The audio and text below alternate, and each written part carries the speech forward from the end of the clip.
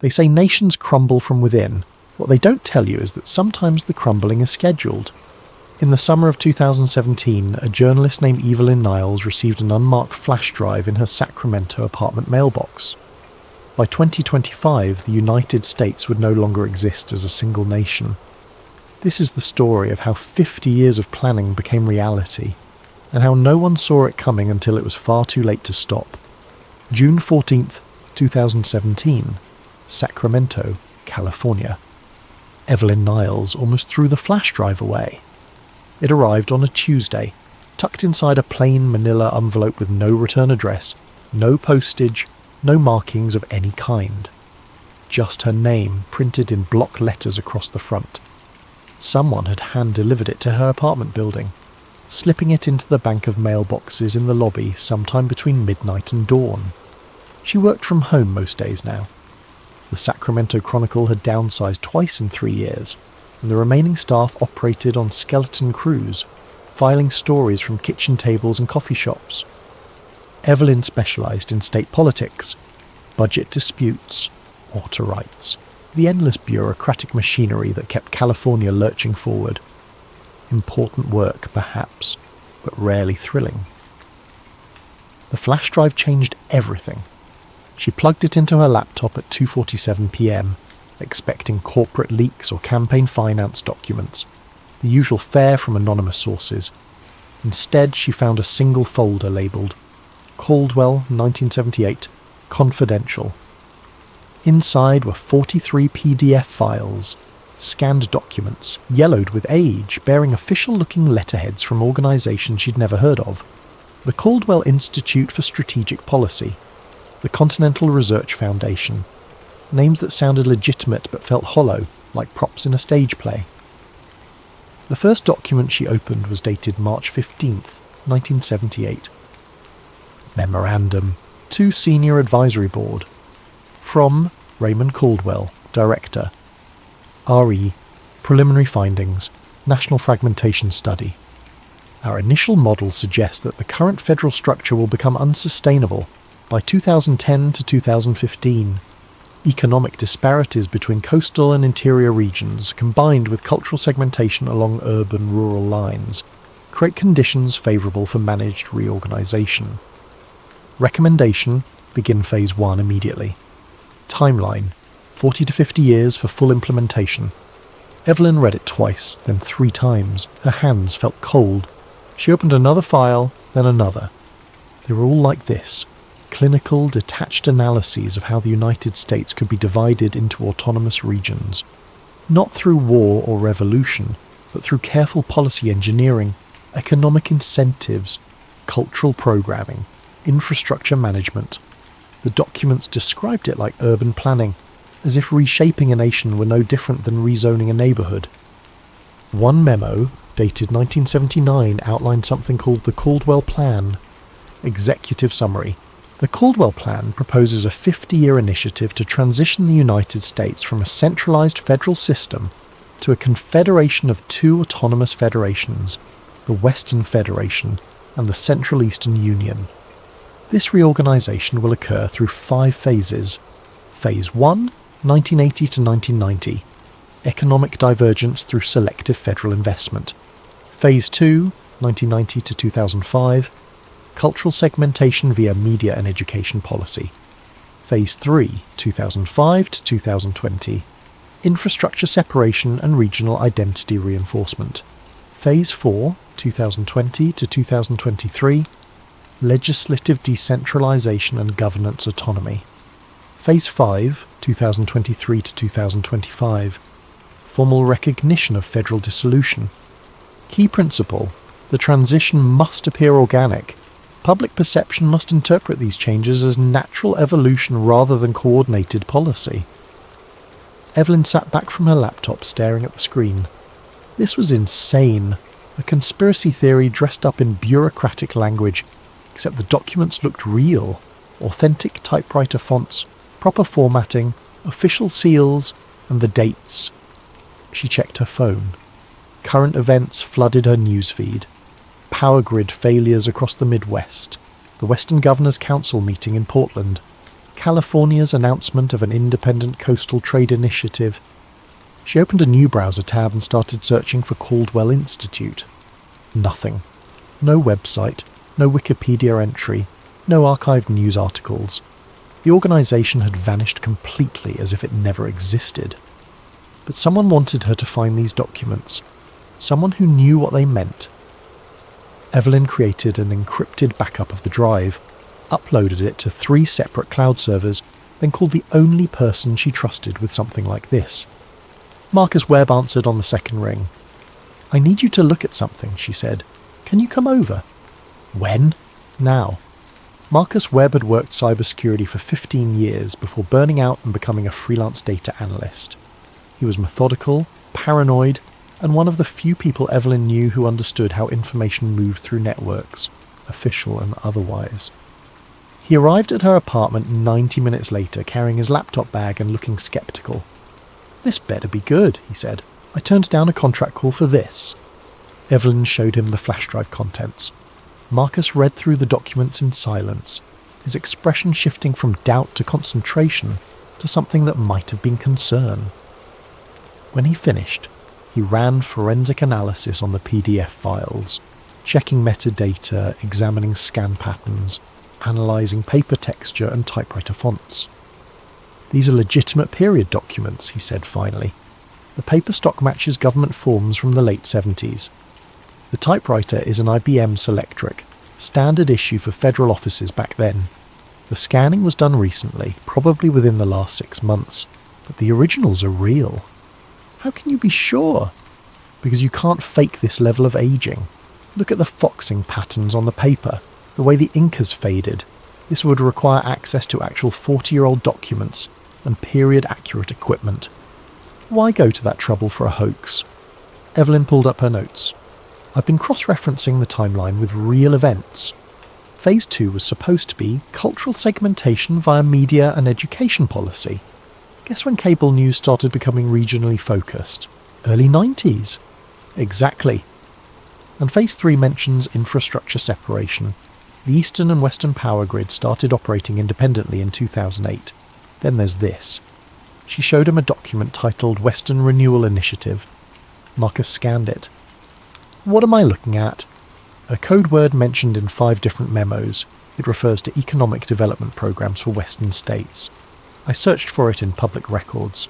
The Western Renewal Coalition was established in 2011 as a non-profit focused on regional economic cooperation. Its founders include former governors from California, Oregon, and Washington. That could be coincidence. Could be, except their stated mission matches this 1979 memo, almost word for word. Fostering economic independence and regional identity through coordinated policy and infrastructure investment. Marcus rubbed his eyes. So either someone is following a 50-year-old playbook or the playbook was real and we're watching it happen. They spent the next 3 hours digging deeper. Evelyn focused on the organisations mentioned in the documents, while Marcus traced digital fingerprints, looking for patterns in policy implementation and media coverage. The Caldwell Institute had been a real think tank, founded in 1974 and officially dissolved in 1984. Its director, Raymond Caldwell, died in 1991, but its board members had scattered into influential positions, advisory roles in the World Bank, consulting contracts with tech companies, seats on corporate boards. One name appeared repeatedly, Thomas Brennan, listed as senior policy architect in the documents. Evelyn found him easily enough. He was still alive, now 73 years old, living in a retirement community in Virginia. "I'm going to call him," Evelyn said. "Bad idea," Marcus replied. "If this is real, you're already on someone's radar just by having these files. Then we need confirmation before publishing anything. I can't run a story based on old documents and pattern matching. That's conspiracy theory territory." "Maybe that's the point. Make it sound crazy enough that no one believes it." Evelyn made the call anyway. Thomas Brennan's voice was thin and cautious when he answered, the sound of a man who had learned not to trust unexpected phone calls. "This is Evelyn Niles with the Sacramento Chronicle," she began. "I'm researching the Caldwell Institute and wondered if you might answer some questions about your work there." Silence stretched across the line for 5 long seconds. "How did you get this number?" he asked finally. "Public records? You're listed in the Retirement Community Directory." Another pause. "What specifically do you want to know?" "I've obtained documents suggesting the Institute was involved in long-term policy planning related to federal reorganisation. Documents that describe something called the Caldwell Plan. Can you tell me what that was?" She heard breathing, the sound of a chair creaking. "You shouldn't have those documents," Brennan said quietly, "but they exist." Existing and being understood are different things. What you're looking at, if it's what I think it is, was theoretical work. Scenario planning. We modelled potential futures based on demographic and economic trends, that's all.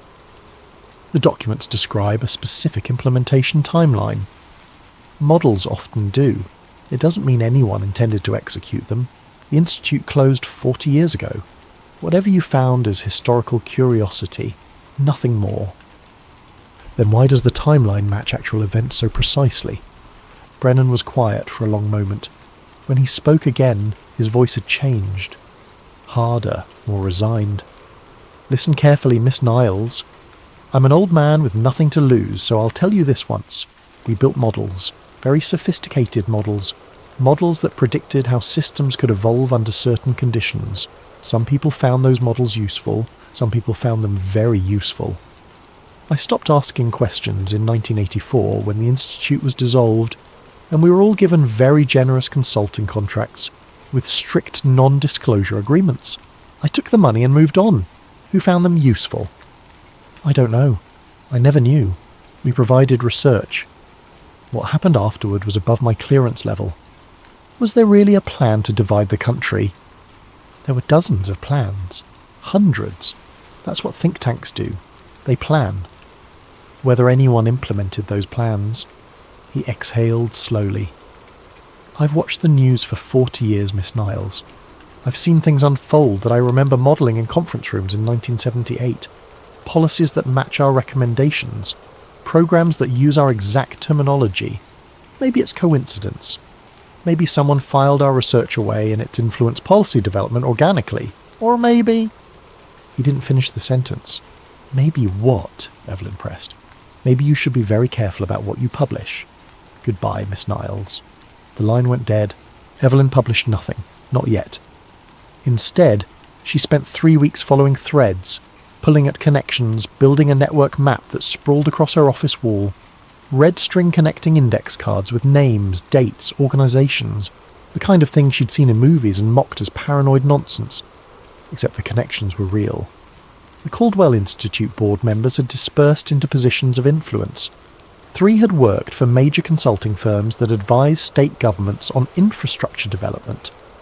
2 had held advisory positions in federal agencies during multiple administrations.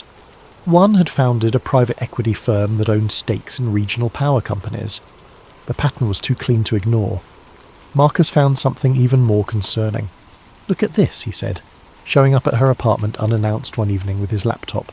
"I've been analysing media coverage of regional issues over the past 30 years. Stories about urban-rural divide, coastal-interior economic disparity, cultural differences between regions. I used text analysis to track how these narratives evolved." He showed her a graph. "This is frequency and sentiment over time. Notice anything?" The graph showed periodic spikes, coordinated increases in coverage that appeared every few years, each spike amplifying regional identity and differences.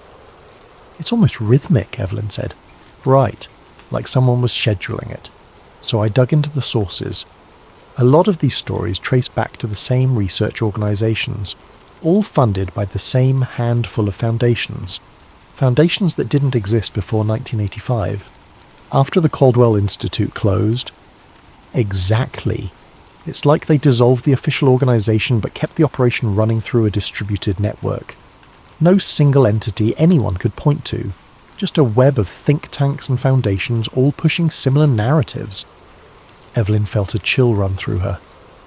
That's the Phase 2 objective. Cultural segmentation through media and education policy. "There's more," Marcus said. "I found a deleted document on an archived server.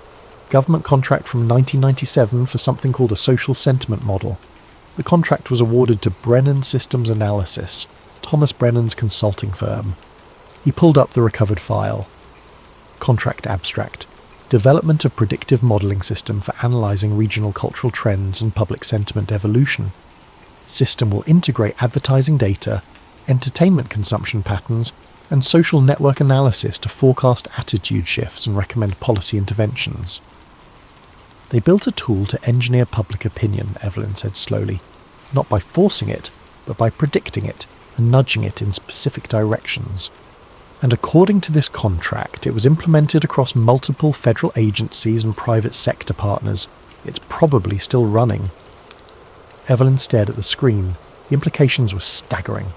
Not mind control or propaganda in the traditional sense, but something more subtle, a system that understood how culture moved and how to guide it. Invisible governance through algorithmic suggestions. "We need to find out if it's still active," she said. "I think I know someone who might know." Kara Chen worked in data architecture for a federal contractor. Marcus had known her for years, trusted her as much as he trusted anyone in that world. They met at a coffee shop in Oakland, away from cameras and network tracking. Kara was 35, sharp-eyed, with the exhausted look of someone who spent too much time reading code. She listened to Marcus's explanation without interruption, her expression unchanging. "You're asking if the federal government is running a secret AI system that manipulates public opinion," she said when he finished. "I'm asking if you've ever encountered anything like the social sentiment model in your work."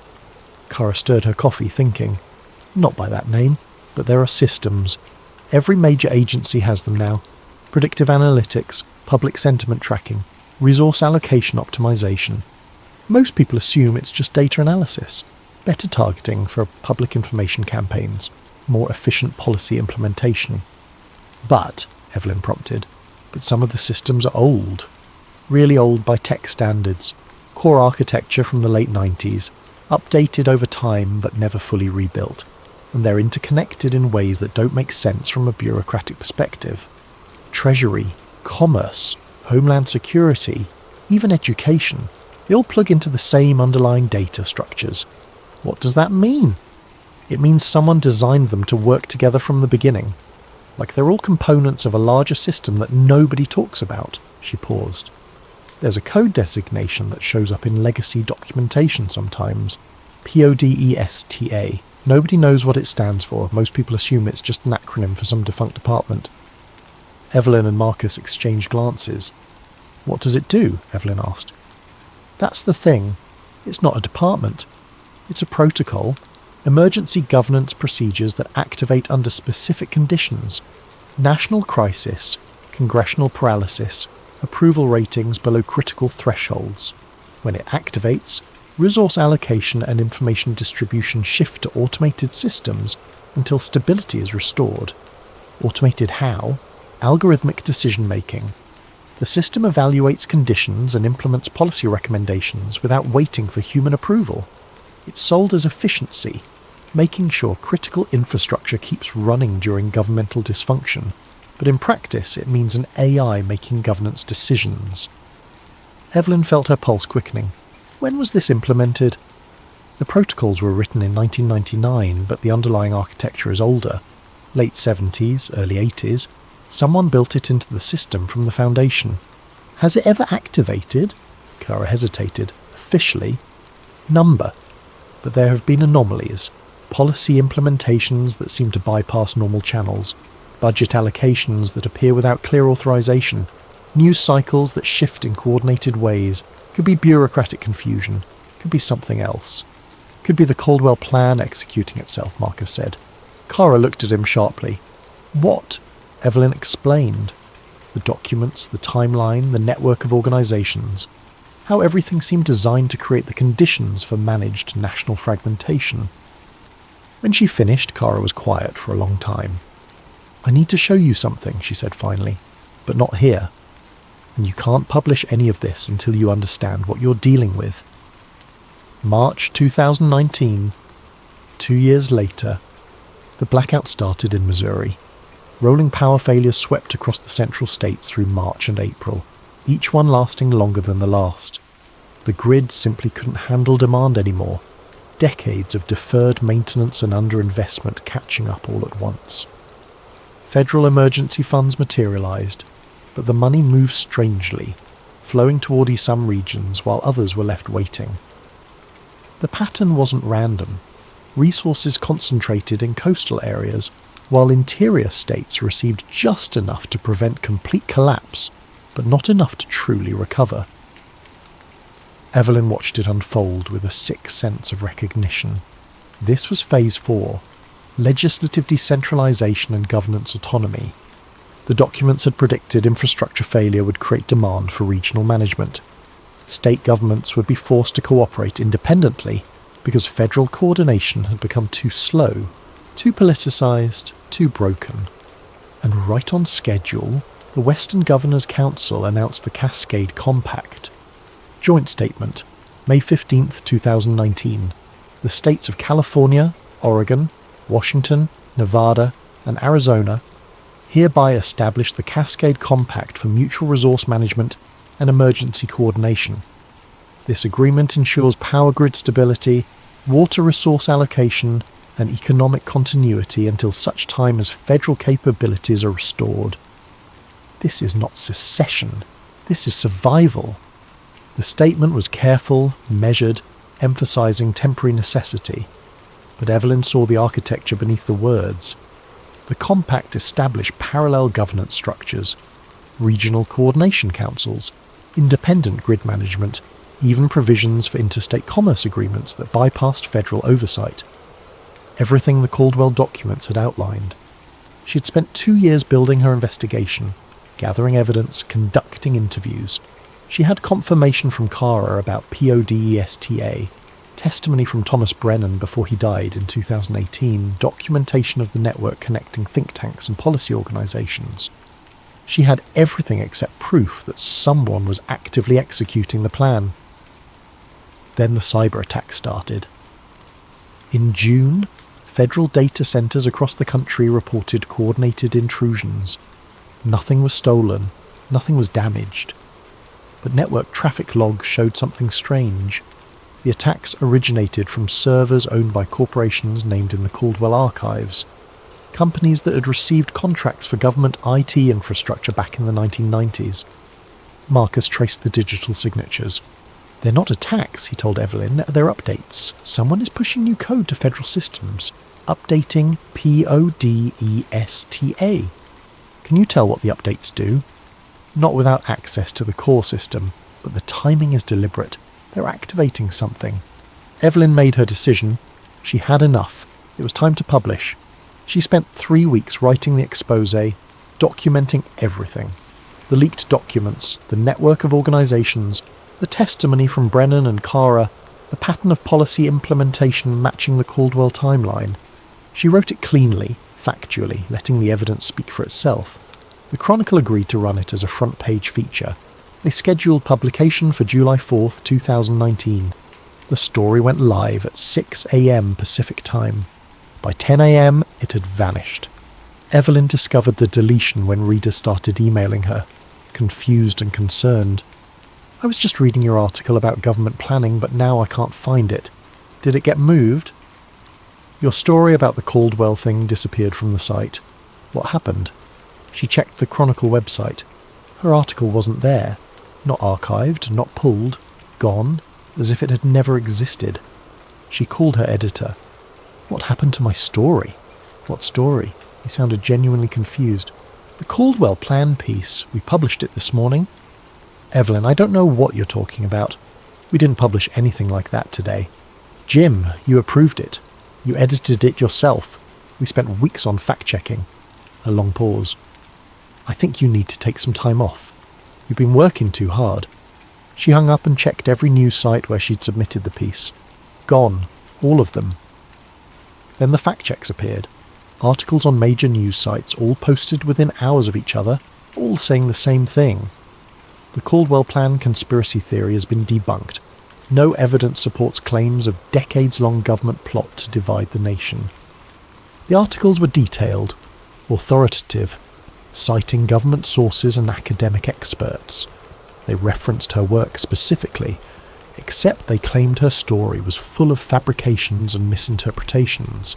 They even included screenshots of documents, altered slightly from her originals, with subtle changes that made them look fake.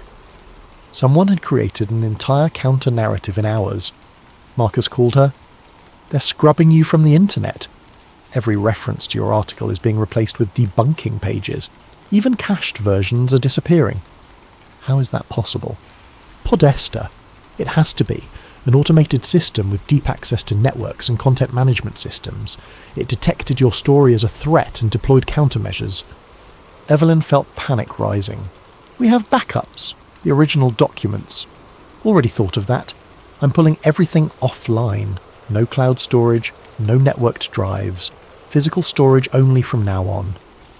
She spent the next week in a fog of paranoia and disbelief. No one remembered her article.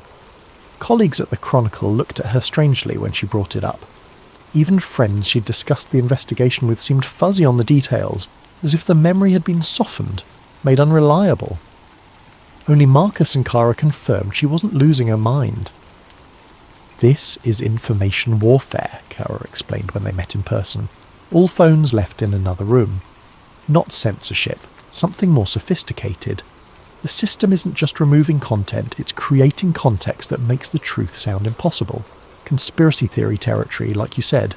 By flooding the zone with fact checks and debunking articles, they make your real evidence look like part of the noise. Can we fight it? Not directly. Podesta controls too much of the information infrastructure. Anything you publish gets countered immediately, but there might be another way." "What?" "Find the source. Podesta is running on servers somewhere. If we can locate the core system and document it, that becomes evidence that can't be easily erased." Marcus shook his head. "That would require accessing classified federal systems. We'd be looking at serious jail time." "We're already targets," Kara said.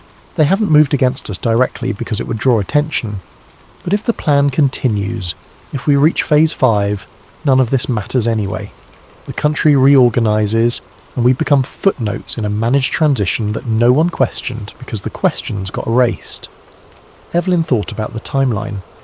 Phase 5 was supposed to happen between 2023 and 2025, 4 to 6 years away. "I'm in," she said. "Tell me what we need to do." It took them 8 months to prepare.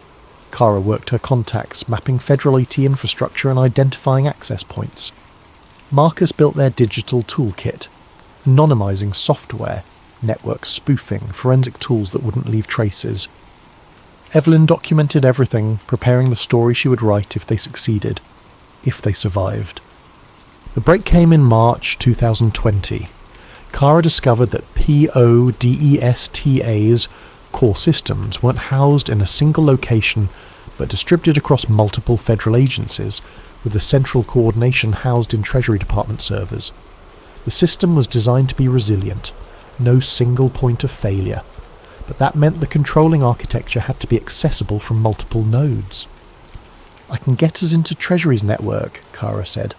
"I have contractor credentials that are still active.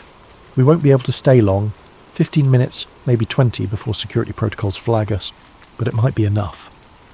They chose a Sunday night in late March when staffing would be minimal. Kara initiated the access from a coffee shop in Arlington, Virginia, bouncing the connection through multiple proxy servers, while Marcus monitored network traffic and Evelyn recorded everything. The Treasury system opened like a vast cathedral of data. Endless directories of files, databases, communication logs. Kara navigated with practiced efficiency, following the digital signatures they traced from the cyber attacks. She found it buried in a legacy system folder labelled Policy Optimization Directive, Emergency Stability Algorithm, PODESTA. The acronym wasn't a department name, it was the system itself. Kara pulled the core documentation, thousands of pages of technical specifications, operational parameters, activation protocols. Marcus copied everything to encrypted drives while Evelyn read through the files, her hands trembling. The system was exactly what they'd feared. PODESTA had been implemented in 1999, built on architecture dating back to 1978, the same year the Caldwell documents were created. It was designed as an automated governance system that would activate during national crises, making policy decisions and allocating resources based on complex predictive models. But it was more than that. The documentation included a section titled Managed Transition Protocols. Evelyn read aloud. In scenarios of sustained federal dysfunction, PODESTA will implement pre-programmed reorganization sequences designed to maintain civil order through controlled decentralization. These sequences are based on sociological modelling conducted by the Caldwell Institute Strategic Policy Group, 1974 to 1984. They built the plan into the system, Marcus whispered. The protocols were detailed, precise. When certain conditions were met, congressional approval ratings below 25%, sustained regional economic divergence, infrastructure failure in central states, independent governance initiatives by coastal regions, PODESTA would begin implementing the Caldwell timeline, not as a conspiracy but as an automated emergency response. The system had already activated. The logs showed it clearly. Activation date: November the 15th, 2018. Right after the midterm elections when congressional approval hit a historic low. Since then, PODESTA had been quietly executing the reorganization sequence. Budget allocations that prioritized regional separation, infrastructure maintenance that allowed central state failures while reinforcing coastal grids, information management that amplified divisive narratives while suppressing unifying ones. The Cascade Compact hadn't been a spontaneous response to crisis. It had been guided, encouraged through subtle policy adjustments and resource management. The system had created the conditions that made regional cooperation seem like the only logical choice, and it was still running. Kara found the execution timeline in a file labelled Implementation Status, Revision 5. Phase 4, completion December 2022. Phase 5, initiation, January 2023. Target completion, July 4th, 2025. They're going to dissolve the federal government on Independence Day, Evelyn said. That's the end point. Full reorganisation by the 2025 anniversary. We need to go, Kara said urgently. Security is starting to ping our connection. They disconnected, pulled the drives and left separately. Marcus destroyed the laptop they'd used. Kara wiped her contractor credentials. They met 3 days later to review what they'd found. The documentation was comprehensive, smoking gun evidence that the federal government was running an AI system designed to dissolve itself. But they still faced the same problem, how to publish it without the information being immediately suppressed. We need someone inside, Evelyn said. Someone with access to official channels who can release this through government transparency protocols. A whistleblower, Marcus agreed. More than that. Someone high enough that they can't be easily dismissed. Someone who understands what they're looking at and why it matters. Kara thought for a moment. I might know someone, but it's risky. If we're wrong about them, we're finished. We're already finished if we do nothing, Evelyn replied. 2 weeks later, Kara arranged a meeting with her contact, a senior data analyst in the Congressional Budget Office named James Morrison. He had security clearance, access to sensitive systems, and a reputation for integrity. They met in a secure location, showed him everything. Morrison reviewed the documents in silence, his expression growing darker with each page. When he finished, he looked up at them with haunted eyes. I've seen pieces of this, he said quietly. Budget anomalies that didn't make sense, appropriations that seemed to bypass normal authorization. I thought it was bureaucratic dysfunction, but this explains everything. Can you help us? Evelyn asked. If I release this through official channels, I'll be fired and prosecuted. Congressional oversight doesn't want to hear that government is running on autopilot. They'll bury it. So we do nothing? Morrison shook his head. No. We release it through unofficial channels, but we do it strategically. Multiple platforms simultaneously, with enough distribution that they can't suppress it all. And we need to time it for maximum impact. When? 2023. When Phase 5 begins. That's when the evidence will align with observable events. Right now, people can dismiss it as speculation. But when the Western Federation actually declares independence, when the reorganization starts happening in real time, the documentation becomes undeniable. That's 3 years away, Marcus objected. Yes, which gives us time to build a network of journalists, academics, government officials, people who can corroborate the story from multiple angles. When we release it, it needs to be simultaneous and overwhelming, too big to erase. Evelyn understood the logic, but 3 years felt like eternity. 3 years watching the country drift toward orchestrated dissolution. What if we're too late, she asked. We're already too late to stop it, Morrison said. The system is too entrenched, too automated. But we can make sure people understand what happened. Make sure it's remembered as what it was. Not organic evolution, but engineered transformation. That matters. So they waited. January 15th, 2023. The announcement came at noon Pacific time, broadcast simultaneously across every network and platform. The governors of California, Oregon, Washington, Nevada, and Arizona appeared together, standing before state flags arranged in a semicircle. Behind them, a new flag, blue and green, with 5 stars representing the member states. Governor Patricia Hernandez of California spoke first. "My fellow Americans," she began, her voice calm and clear, "today we announce the formation of the Western Federation, a new autonomous government representing the mutual interests and shared values of our member states." The speech was carefully crafted, emphasizing cooperation rather than conflict.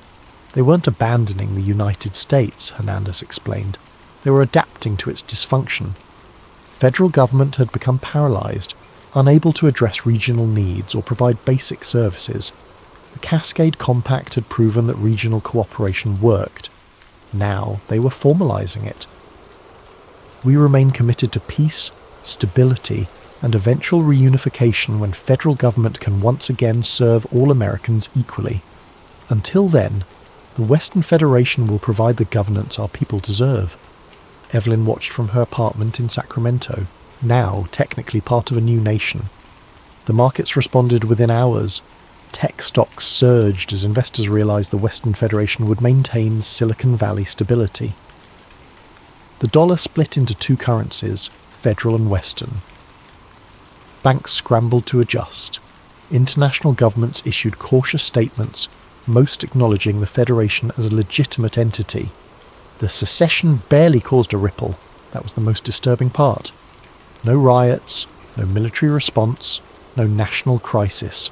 Just quiet acceptance, as if everyone had been expecting this and were relieved it was finally official, because they had been expecting it.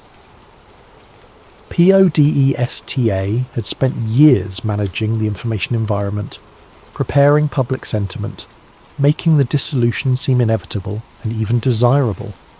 The AI had done its job perfectly. Within the Federation, life continued normally. Better than normal, actually. The regional power grid stabilised. Infrastructure projects accelerated. Government services improved. The new administration moved efficiently, implementing policies that had been planned for decades. Eastern states struggled. Without Western tax revenue and economic productivity, federal budgets collapsed. More blackouts swept the interior. Unemployment climbed. But even there, the response was muted resignation rather than outrage. The plan was working.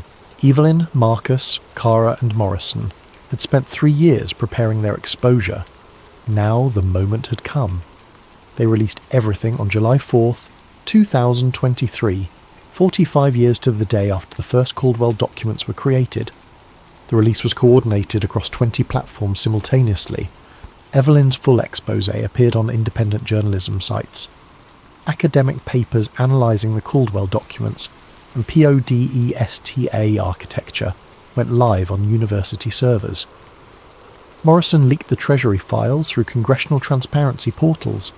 Cara distributed technical documentation to tech journals and security researchers. Within hours, thousands of people were reading the evidence. The story spread across social networks, discussed on forums, analysed by independent researchers. This time it wasn't erased. Too many copies existed in too many places. The debunking articles appeared. Podesta still fought back, but they couldn't drown out the primary sources. The evidence was too comprehensive, too well documented. Media outlets picked up the story, not major networks, those were still managed by the information control systems, but independent platforms with enough reach to matter. Journalists interviewed Evelyn, Marcus, and Cara. Morrison testified before congressional committees, protected by whistleblower statutes that he'd carefully researched. The revelation sparked fierce debate. Some called it the greatest conspiracy in American history. Others argued it was simply sophisticated governance adaptation. The Western Federation government issued a statement acknowledging that their policies had been informed by decades of strategic planning, but insisted this represented responsible long-term thinking rather than secret manipulation. Public reaction was divided, but not along the lines Evelyn expected. Many people, exhausted by dysfunction and crisis, didn't care whether the dissolution had been planned or organic. They cared that their power stayed on, their jobs remained stable, their lives continued. The Federation worked. The federal government hadn't. That was all that mattered to them. Congressional hearings were launched. Officials testified. PODESTA's existence was confirmed, though government representatives framed it as an emergency management system rather than an autonomous governance AI. They insisted the system merely optimized existing policy directions rather than creating them. The truth became contested terrain. Even with documentation, even with testimony, the narrative fractured into competing interpretations. Had the United States been deliberately dissolved, or had it evolved naturally with algorithmic assistance? Was PODESTA a conspiracy, or simply advanced governance? Evelyn realised the answer didn't matter as much as she'd hoped. The country was already divided. Knowing why didn't change the reality. By December 2023, the Central Eastern Union had formally organised as a counter to the Western Federation, exactly as the Caldwell documents had predicted. 2 autonomous governments where one nation had stood. July 4th, 2025. The formal dissolution occurred with ceremony rather than catastrophe. Representatives from the Western Federation and the Central Eastern Union met in Denver, neutral territory, to sign the Articles of Continental Partnership. The document acknowledged the end of the United States as a single federal entity while establishing frameworks for trade, defense cooperation, and mutual recognition. Former President Elena Vasquez, the last person to hold that office, signed as witness. "We are not ending something," she said in her remarks. "We are acknowledging what has already occurred and ensuring it happens peacefully. History will judge whether this was wisdom or failure, but it is complete." The ceremony was broadcast across both federations. Markets remained stable. No violence erupted. International governments that had been unofficially recognising the dual governments for 2 years made their acknowledgement formal. The United States of America had ceased to exist, replaced by 2 successor nations. Evelyn watched from her home in Sacramento, now in the Western Federation capital. She had spent 8 years investigating this moment, documenting every step. Her reporting had won awards, sparked national debate, forced government transparency, and changed nothing. The plan had unfolded exactly as the 1978 documents predicted. PODESTA had executed its programming flawlessly. The country had been reorganised through managed transition rather than collapse. She received an encrypted message that evening. No signature, no identification, but she knew it came from someone inside the system. "Thank you for your work." The public deserved to know, but understanding and preventing are different things. The country was ungovernable. The plan provided structure to inevitable fragmentation. Without it, dissolution would have been violent. This way, it was peaceful. History will remember this as success, not conspiracy.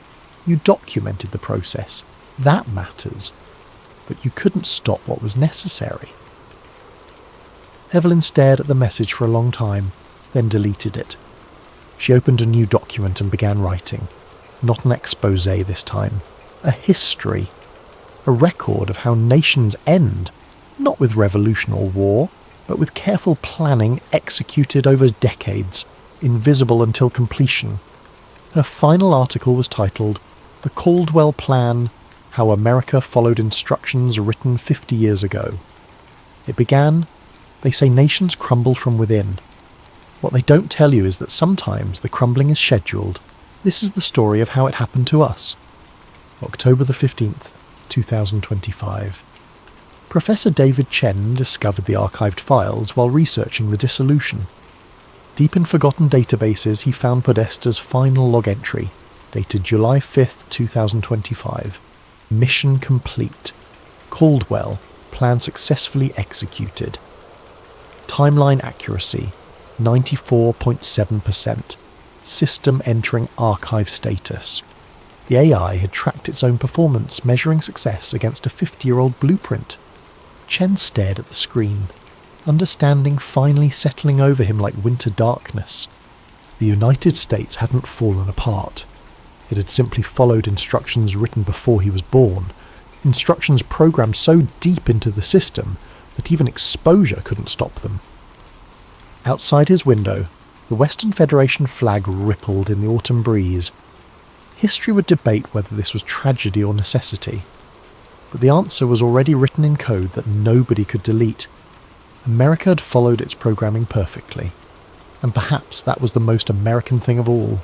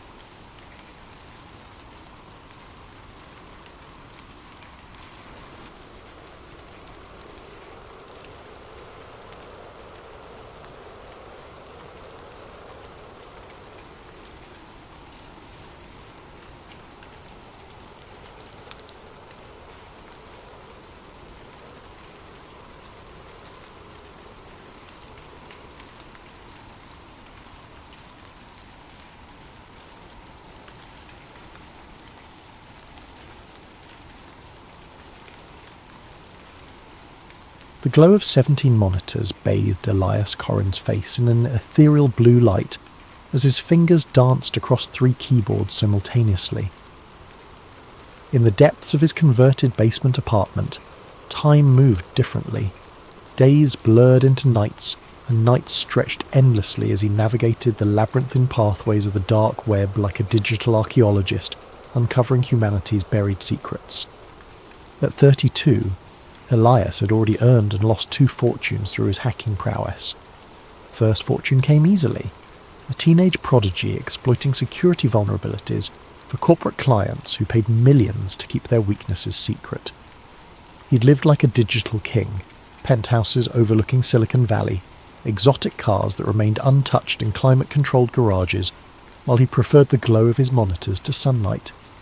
That first fortune vanished when he exposed Meridian Pharmaceuticals' cover-up of deadly side effects in their breakthrough arthritis medication. The leaked documents showed they'd known their drug caused cardiac episodes in 12% of patients over 60, but had buried the studies to protect their $10 billion investment. Elias had expected whistleblower protection. Instead, he found himself blacklisted from every major tech company, his reputation destroyed by a coordinated character assassination campaign that painted him as an unstable idealist who couldn't be trusted with sensitive information. The second fortune came from smaller clients, criminal organisations, corporate espionage rings, government contractors who needed deniability. The work paid well but corroded his soul, each job pulling him deeper into the shadows of the digital underworld. That money disappeared into legal fees after a wrongful arrest for hacking the Federal Reserve, a crime he hadn't committed but couldn't prove he hadn't, given his reputation and the circumstantial evidence that seemed perfectly crafted to implicate him. 2 years in minimum security prison had shown him the true cost of challenging powerful systems. The other inmates respected his technical skills, but the guards treated him like a dangerous terrorist. Solitary confinement stretched for months whenever he complained about conditions or tried to organise better treatment for his fellow prisoners. By the time he was released on a technicality, evidence had mysteriously gone missing. He'd learned that the system didn't just punish dissent, it transformed dissidents into cautionary tales. Now, money meant nothing to him, only truth mattered. His obsession with secret societies began innocently enough, a childhood fascination sparked by his grandfather's stories about World War II intelligence operations. The old man had worked as a codebreaker for the OSS, predecessor to the CIA, and had filled young Elias's imagination with tales of hidden messages and shadow wars. After his grandfather's death when Elias was 12, he'd found boxes of declassified documents in the attic, revealing just how much of recent history had been shaped by invisible hands. That childhood fascination evolved into a methodical hunt for evidence as he grew older and acquired the technical skills to dig deeper than amateur conspiracy theorists ever could.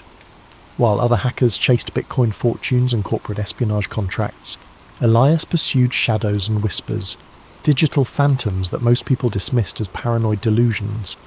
He'd spent years infiltrating closed forums where former intelligence operatives shared war stories, decrypting abandoned hard drives from defunct government contractors, and following digital breadcrumbs through the dark web's most obscure corners. His apartment had become a digital monastery dedicated to the pursuit of hidden truth, every surface covered with the tools and detritus of obsessive investigation. The apartment reflected his singular focus. Pizza boxes stacked like ancient monuments between towers of computer equipment, energy drink cans forming metallic armies across every surface, and cables snaking through the darkness like digital veins feeding his electronic ecosystem. His only companions were the hum of cooling fans working overtime to prevent his overclocked processors from melting down, and the occasional, satisfied grunt when another firewall fell to his expertise. The basement location was perfect for his needs, thick concrete walls that muffled sound and blocked electromagnetic interference, a dedicated power line that could handle his massive electrical requirements, and most importantly, no windows for curious neighbours to peer through. He'd been living there for 18 months, ever since his release from prison, paying cash to a landlord who asked no questions as long as the rent arrived on time. His setup was a temple to digital paranoia, 17 monitors arranged in a semicircle around his custom-built chair, each screen dedicated to different aspects of his ongoing investigations. 3 keyboards allowed him to manage multiple intrusion attempts simultaneously, while a collection of smartphones, each running different operating systems and connected to various networks through proxy chains, kept him connected to his sources around the globe. The walls were lined with hard drives, each containing terabytes of encrypted data collected from years of systematic investigation. Backup systems ensured that even if authorities raided the apartment, copies of everything would remain safely hidden in data centers across 3 continents. He'd learned from his previous arrests that physical evidence was only as secure as your ability to keep it out of enemy hands. Tonight felt different. As rain drummed against the boarded windows, he'd covered them himself for security reasons, Elias's automated scanners detected something unusual. The software he'd written monitored thousands of government servers simultaneously, looking for anomalous data signatures that might indicate classified information stored in supposedly routine systems. Most alerts were false positives, but after years of refinement, his algorithms had learned to distinguish between genuine anomalies and random digital noise. This particular signal was trying too hard to look ordinary, which was exactly what made it suspicious. A government proxy server deep within the Department of Homeland Security's network infrastructure was handling traffic patterns that didn't match any known legitimate use.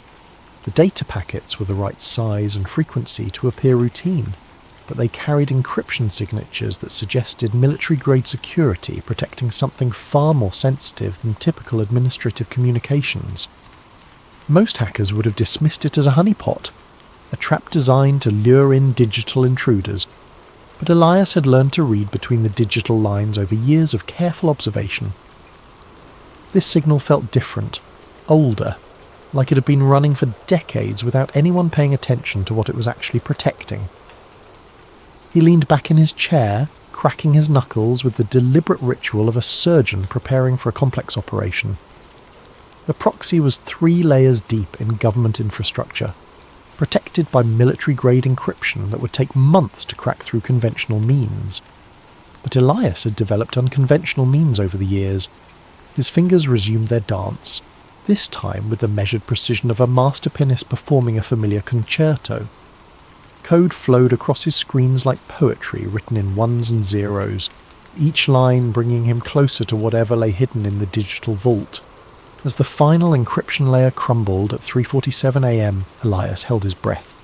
The archive that materialized before him contained terabytes of data, but it was the file structure that made his pulse quicken. Everything was organized with the kind of meticulous care reserved for the most sensitive operations. Categorical folders with cryptic names like cultural implementation, behavioral modification, and asset management. He opened the first file and the world as he understood it began to unravel. The contracts appeared first, hundreds of them, stretching back decades like a paper trail through the shadow history of American culture. Entertainment companies, advertising agencies, record labels, movie studios, television networks, and news corporations all bound by identical non-disclosure agreements that ran to thousands of pages each.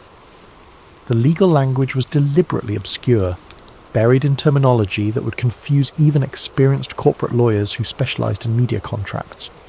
But Elias had taught himself to decode legal doublespeak during his prison sentence, spending countless hours in the law library learning how power structures protected themselves through linguistic camouflage. Each contract referenced cultural programming initiatives and synchronized messaging protocols, with payment structures that dwarfed typical entertainment industry deals. Millions of dollars flowing to seemingly random projects, indie films that barely recouped production costs, music albums that never charted, advertising campaigns for products that didn't seem to exist. All payments were approved by a shell company called Apex Cultural Dynamics, whose corporate registration traced through a labyrinthine network of offshore entities. Elias followed the money trail through banks in Switzerland, shell corporations in the Cayman Islands, trust funds in Luxembourg, and holding companies in jurisdictions he'd never heard of. Every lead ultimately vanished into legal structures so complex they seemed designed more for obfuscation than profit. The internal memos were more revealing, written in the casual tone of executives who felt completely secure in their communications. Corporate leaders from supposedly competing companies discussed narrative adjustments and public sentiment cultivation, like weather forecasters predicting next week's conditions. One memo from a major news network's CEO, dated just 6 months ago, read, "Per our discussion with ACD representatives, the upcoming election cycle requires a 15% increase in anxiety-inducing content during primetime hours. Latest psychological impact studies suggest optimal effectiveness when paired with consumer advertising for comfort products and security solutions." Another memo from a streaming entertainment company outlined specific quotas. Q3 targets include 40% increase in dystopian future programming, 25% increase in surveillance state normalization themes, an introduction of transhumanist concepts through minimum of 12 original series. Demographic targeting should focus on the 18 to 34 age range for maximum long-term conditioning effectiveness. The coordination between supposedly independent media companies was breathtaking in scope. Competing networks shared detailed viewer psychological profiles, coordinated their news coverage to maximize specific emotional responses, and even synchronized their entertainment programming to reinforce particular worldviews. The memos discussed marketing research into subliminal messaging techniques, optimal timing for narrative reinforcement, and methods for making propaganda indistinguishable from organic cultural trends. Video stills scattered throughout the files showed meetings in nondescript conference rooms. Faces were often obscured, but the visible details painted a chilling picture. Executives from competing companies sitting side by side, reviewing presentations with titles like Mass Behavioral Prediction Models and Subliminal Integration Techniques. But it was the symbols that made Elias's blood run cold. They appeared everywhere, in corporate logos embedded in document headers, even watermarked into video files.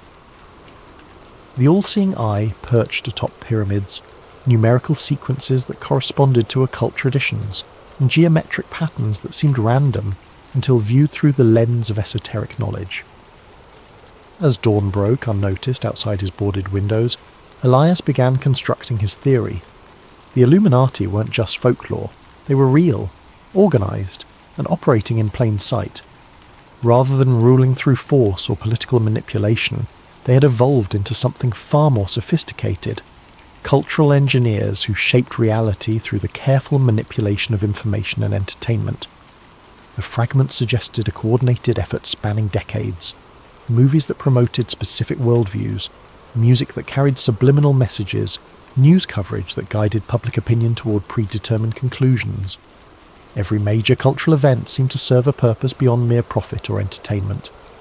Elias created a new encrypted partition on his most secure drive and began organising the evidence.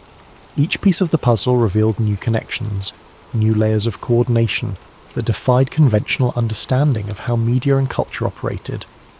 The scope was breathtaking and terrifying, but this was just the first door. As he prepared to dive deeper into the archive, a notification appeared on his screen. New files were uploading automatically to the server, added in real time from sources around the globe. The conspiracy wasn't just historical, it was happening now, every day, with machine-like precision. Elias smiled grimly and opened another energy drink. He had work to do. 3 days of continuous analysis revealed patterns so pervasive they defied coincidence. Elias's custom data mining algorithms had processed thousands of hours of Super Bowl halftime shows, major film releases, top-charting music, and primetime television programming, cross-referencing them with the archived documents he'd discovered. His software compared visual elements, audio frequencies, narrative structures, and symbolic content with mathematical precision that human observation alone could never achieve. The results were undeniable and terrifying. Every major halftime show since 2005 contained specific visual elements that served purposes beyond entertainment. Choreographed movements formed geometric patterns when viewed from aerial cameras, patterns that matched sacred geometry principles known to influence human consciousness. Lighting sequences pulsed at precisely calibrated frequencies, 10 Hz to induce alpha brain states associated with relaxation and suggestibility, 40 Hz bursts to trigger gamma waves linked to heightened emotional responses, and infrasound frequencies below human hearing that created subliminal anxiety responses. The costume designs weren't random fashion choices. They incorporated symbols from the archived files with mathematical precision. Ancient Egyptian imagery, Masonic symbols, occult numerology, but presented in ways that bypassed conscious recognition. The performers themselves were likely unaware of the deeper significance, but the production companies certainly understood every detail. Internal emails discussed symbolic integration quotas and archetypal reinforcement targets with the clinical precision of pharmaceutical dosing guidelines. Hollywood's role was even more sophisticated, operating as a vast conditioning apparatus disguised as entertainment.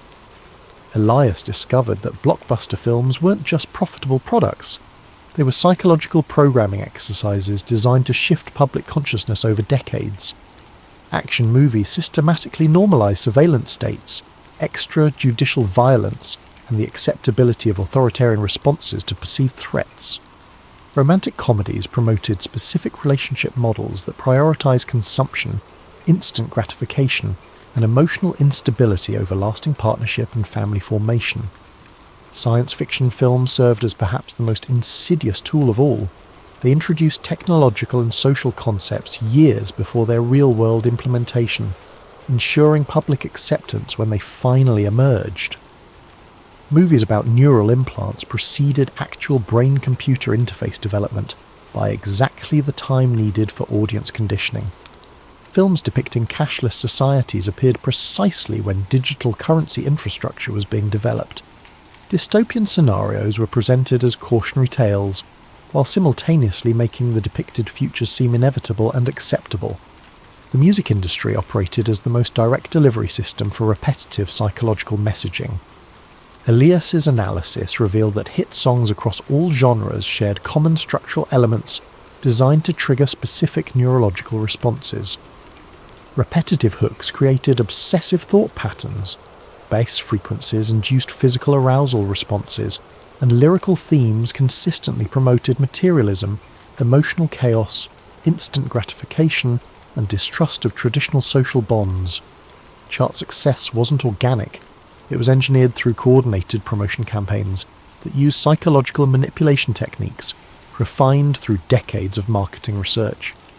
Record companies employed neuroscience consultants who designed songs to be literally addictive, triggering dopamine responses that created compulsive listening behaviours. The most successful artists weren't necessarily the most talented. They were the most effective delivery vehicles for predetermined psychological content. But the most chilling discovery came when Elias cross-referenced celebrity deaths with financial markets and policy implementations, using algorithms that could detect correlations across vast datasets that human analysis would miss. The patterns were subtle but statistically undeniable. Whenever a particularly influential public figure died under questionable circumstances, the news cycle would shift dramatically within hours. Public attention would focus intensely on mourning and memorial coverage, while significant legislation passed through Congress, with minimal scrutiny or public debate. Michael Jackson's death had coincided with the most controversial aspects of healthcare reform debates, providing a massive distraction precisely when public opposition was reaching critical mass. Whitney Houston's demise dominated headlines during crucial banking regulation discussions that would have reshaped Wall Street oversight. Prince's passing created a week-long media obsession that completely buried coverage of surveillance law expansions that civil liberties groups had been fighting for months. Each event generated exactly the right emotional state to facilitate predetermined political outcomes.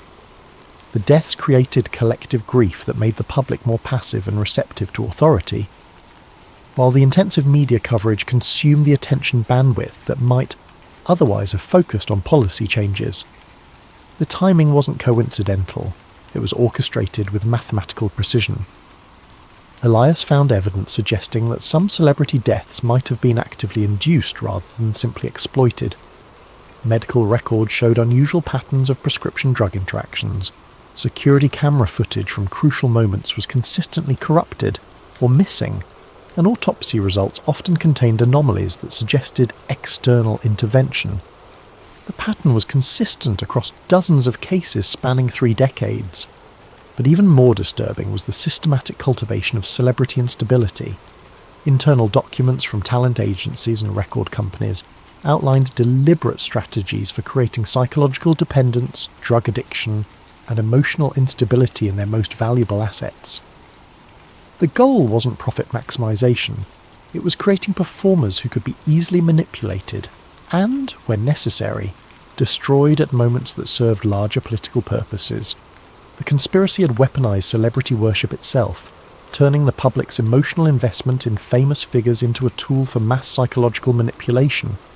Every death became a ritual that renewed the collective trauma bonding between citizens and their media-created gods, making the population more dependent on external authority figures and less capable of independent critical thinking. Elias created a digital conspiracy board on his largest monitor, a sprawling network of connections that would have impressed investigative agencies worldwide if they hadn't been complicit in the system he was mapping. Red lines linked entertainment companies to intelligence agencies through shared personnel, financial investments, and operational coordination. Blue lines traced money flows through the labyrinthine network of shell corporations, revealing how massive sums moved between seemingly unrelated organizations. Green lines mapped the precise timing of cultural events to policy implementations, showing correlation patterns that achieved statistical significance far beyond chance. The board revealed the Illuminati's true genius. They had weaponized human attention itself, transforming consciousness into a battlefield where wars were fought through carefully orchestrated information campaigns. In an age of information overload, controlling what people focused on had become more valuable than controlling what they thought. Distraction had evolved into the ultimate form of mind control, more effective than physical force because victims participated willingly in their own manipulation. The scope was breathtaking and terrifying. Every major cultural trend of the past 30 years could be traced back to deliberate manipulation orchestrated through the entertainment media complex.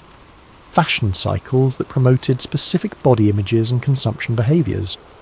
Social media trends that encouraged narcissistic self-documentation and reduced attention spans. Political movements that channeled genuine grievances into harmless symbolic protests that changed nothing. Even conspiracy theories themselves appeared to be guided phenomena, designed to discredit legitimate questioning by associating it with obviously false claims. As Elias studied his creation through bloodshot eyes that hadn't seen natural light in days, a pattern emerged that made him question everything he thought he knew about free will and human autonomy. The manipulation wasn't just cultural, it was neurological. The constant stream of engineered content was literally rewiring human brains on a species level, creating generations of people whose thoughts and desires had been shaped by external forces since birth. The evidence suggested that the traditional concept of individual choice had become largely illusory. In a world where every piece of information was filtered through manipulated channels, where every cultural touchstone carried hidden programming, where every social trend was artificially generated, what did it mean to make an independent decision? The conspiracy had achieved something more insidious than totalitarianism. They had created voluntary slavery disguised as freedom of choice. As Elias studied his creation, a pattern emerged that made him question everything he thought he knew about free will. Every major cultural trend of the past 30 years could be traced back to deliberate manipulation. Fashion cycles, social media behaviours, political movements, even conspiracy theories, all potentially guided by the same hidden hand. The realisation struck him like a physical blow. If they could control culture so completely, how could he be certain his own obsession with finding them wasn't part of their plan? The media conglomerate's server proved surprisingly easy to penetrate, which should have been Elias's first warning. Titan Communications owned 17 major news networks, 43 radio stations, controlling interests in 12 social media platforms, and content distribution deals with virtually every major streaming service. Their annual revenue exceeded the GDP of most small nations, and their influence over global information flow was effectively unparalleled in human history. Their security should have been impenetrable. Military contractors protected their networks. They employed former NSA specialists as cybersecurity consultants, and their server farms were housed in facilities that rivaled government installations. Yet Elias's intrusion tools sliced through their defences like a hot knife through butter, encountering minimal resistance and no countermeasures. It was almost as if they wanted him inside their systems. The internal documents were even more damning than the government archive, revealing coordination that made wartime propaganda efforts look amateur by comparison. Daily emails outlined narrative priorities for each news cycle, complete with psychological impact assessments, demographic targeting strategies, and measurable public sentiment targets.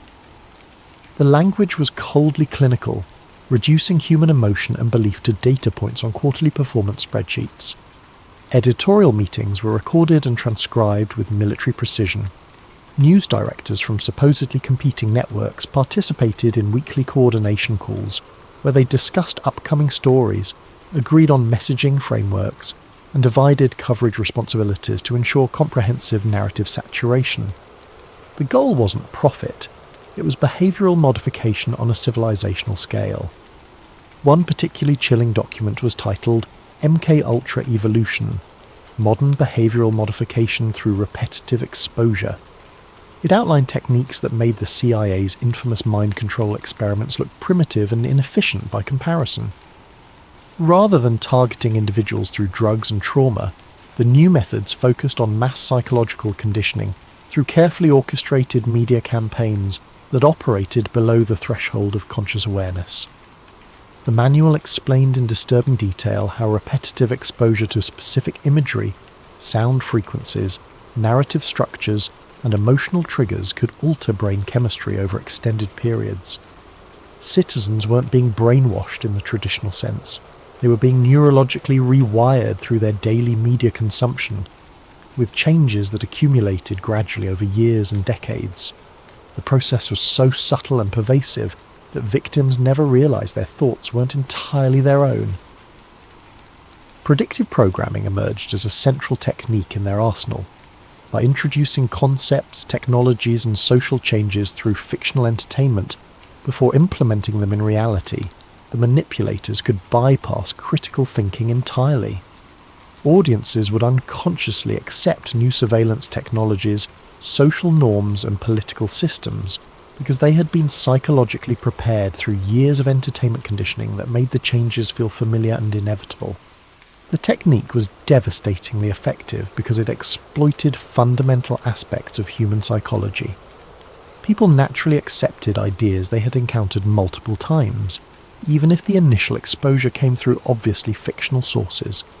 The brain treated repeated fictional scenarios as potential realities, creating neural pathways that made actual implementation feel like a natural progression rather than a radical change. The financial section revealed the true scope of the operation. Trillions of dollars flowed through the network annually, dwarfing the budgets of most nations. The money came from unexpected sources: pension funds, insurance companies, even charitable foundations unknowingly contributed to the conspiracy through complex investment structures. But the most disturbing discovery was the coordination between intelligence agencies, banking institutions, entertainment corporations, and technology companies, operating as a unified organism despite their apparent competition and conflicting interests. Weekly video conferences brought together representatives from the CIA, Federal Reserve, major studios, social media platforms, and multinational technology corporations. They discussed sentiment management and narrative synchronization with the casual professionalism of corporate executives planning quarterly sales targets. The recordings revealed a shadow government that operated through corporate proxies rather than official political channels. Traditional governmental power had been largely superseded by a network of private organizations that could implement policy through market manipulation and cultural conditioning without the messy inconvenience of democratic oversight. Elections still occurred, but they had become elaborate theatre productions designed to maintain the illusion of popular sovereignty, while real decisions were made in boardrooms that the public never saw. News cycles weren't random or market-driven. They were orchestrated months in advance by committees that included intelligence operatives, banking executives, media moguls, and technology leaders. Wars provided distraction from economic manipulation, while generating massive profits for defense contractors. Celebrity scandals offered convenient cover for political corruption investigations. Natural disasters created opportunities to implement emergency powers that somehow always became permanent fixtures of the expanded surveillance state. Every major event served multiple purposes in a grand design that stretched across decades. The 2008 financial crisis had been engineered to consolidate banking power while conditioning the public to accept bailouts as normal economic policy. The COVID-19 pandemic had accelerated digital transformation initiatives while normalizing remote monitoring and social isolation. Climate change narratives were being used to justify energy sector reorganization and carbon credit markets that would generate enormous profits for the same financial institutions that had caused previous economic crises. Elias found recorded conversations between news anchors and their handlers that destroyed any remaining illusion about journalistic integrity. Popular television personalities, who projected authority and trustworthiness, were revealed as knowing participants in psychological manipulation campaigns, carefully crafting emotional triggers with the precision of weapons designers. They discussed techniques for inducing specific brain states in viewers, optimal timing for fear-based messaging, and methods for making propaganda indistinguishable from legitimate news reporting. The most chilling recordings involved discussions of population control strategies disguised as public health initiatives. Representatives from pharmaceutical companies, government health agencies, and media corporations coordinated messaging campaigns designed to promote dependency on medical interventions while discouraging natural immunity and traditional healing practices.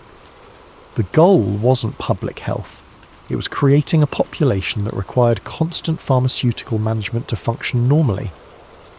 Mental health treatment had been weaponized through carefully designed chemical interventions that didn't cure underlying problems but created permanent pharmaceutical dependencies. Educational systems were being restructured to produce workers who could follow complex instructions but lacked the critical thinking skills to question authority. Even exercise and nutrition guidelines were manipulated to ensure that optimal physical and mental health remained just out of reach for the general population. The evidence was overwhelming, but as Elias prepared to copy the files to his secure drives, an error message appeared. Access denied. User privileges revoked. The server was locking him out in real time, which meant someone was actively monitoring his intrusion. He worked frantically to extract what data he could, but the digital walls were closing in. As the connection terminated, one final document appeared briefly on his screen. A personnel file with his photograph in the header Asset Management, Elias Corin. Status, Active Monitoring. The file vanished before he could read it completely, but the implications were clear. They knew he was coming. Desperation drove Elias deeper into the network than he had ever dared venture. Using techniques that bordered on digital necromancy, he resurrected connection pathways that should have been impossible to access. The risk was enormous. Each probe left digital fingerprints that could lead authorities directly to his door. But the glimpse of his own file had transformed his quest from curiosity to survival. The recordings he discovered in the deeper server vaults were audio files from meetings that shouldn't have existed, according to any official record. High-definition audio captured conversations between intelligence officials, Federal Reserve board members, entertainment executives, technology billionaires, pharmaceutical industry leaders, and representatives from organizations he'd never heard of, but whose influence seemed to span continents. They discussed the future of human consciousness like generals planning military campaigns against an enemy population. The meetings followed a rigid schedule. Every third Wednesday of each month, participants would gather in a location identified only as the facility to review progress on what they called the Integration Project. The audio quality suggested advanced surveillance equipment, possibly indicating that someone within their organization was documenting everything for purposes that remained unclear. One recording from a meeting dated 6 months ago made his blood freeze in his veins. Phase 7, implementation has exceeded all projections, reported a woman's voice that analysis software identified as belonging to a major pharmaceutical company executive. Antidepressant dependency rates have reached 23% of the adult population in target demographics. Cognitive function degradation is proceeding on schedule, with marked decreases in long-term planning abilities and resistance to authority structures. Another voice, male with a distinctive southern accent. The cryptocurrency infrastructure is approaching full readiness for behavioral tracking integration. Once we achieve real-time monitoring of every financial transaction, thought control becomes mathematically precise. Every purchase will inform our psychological profiles. Every payment will be subject to conditional approval based on compliance metrics. Money itself becomes the ultimate surveillance and control mechanism.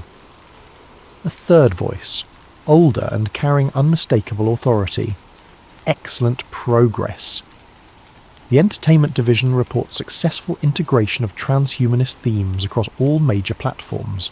Public acceptance of neural interface technology has increased 23% since the campaign began, with particularly strong adoption rates among the 18 to 34 demographic. We're ready for beta testing in select metropolitan markets next quarter. The conversations continued for hours, revealing a surveillance state that made Orwell's 1984 look like a children's story.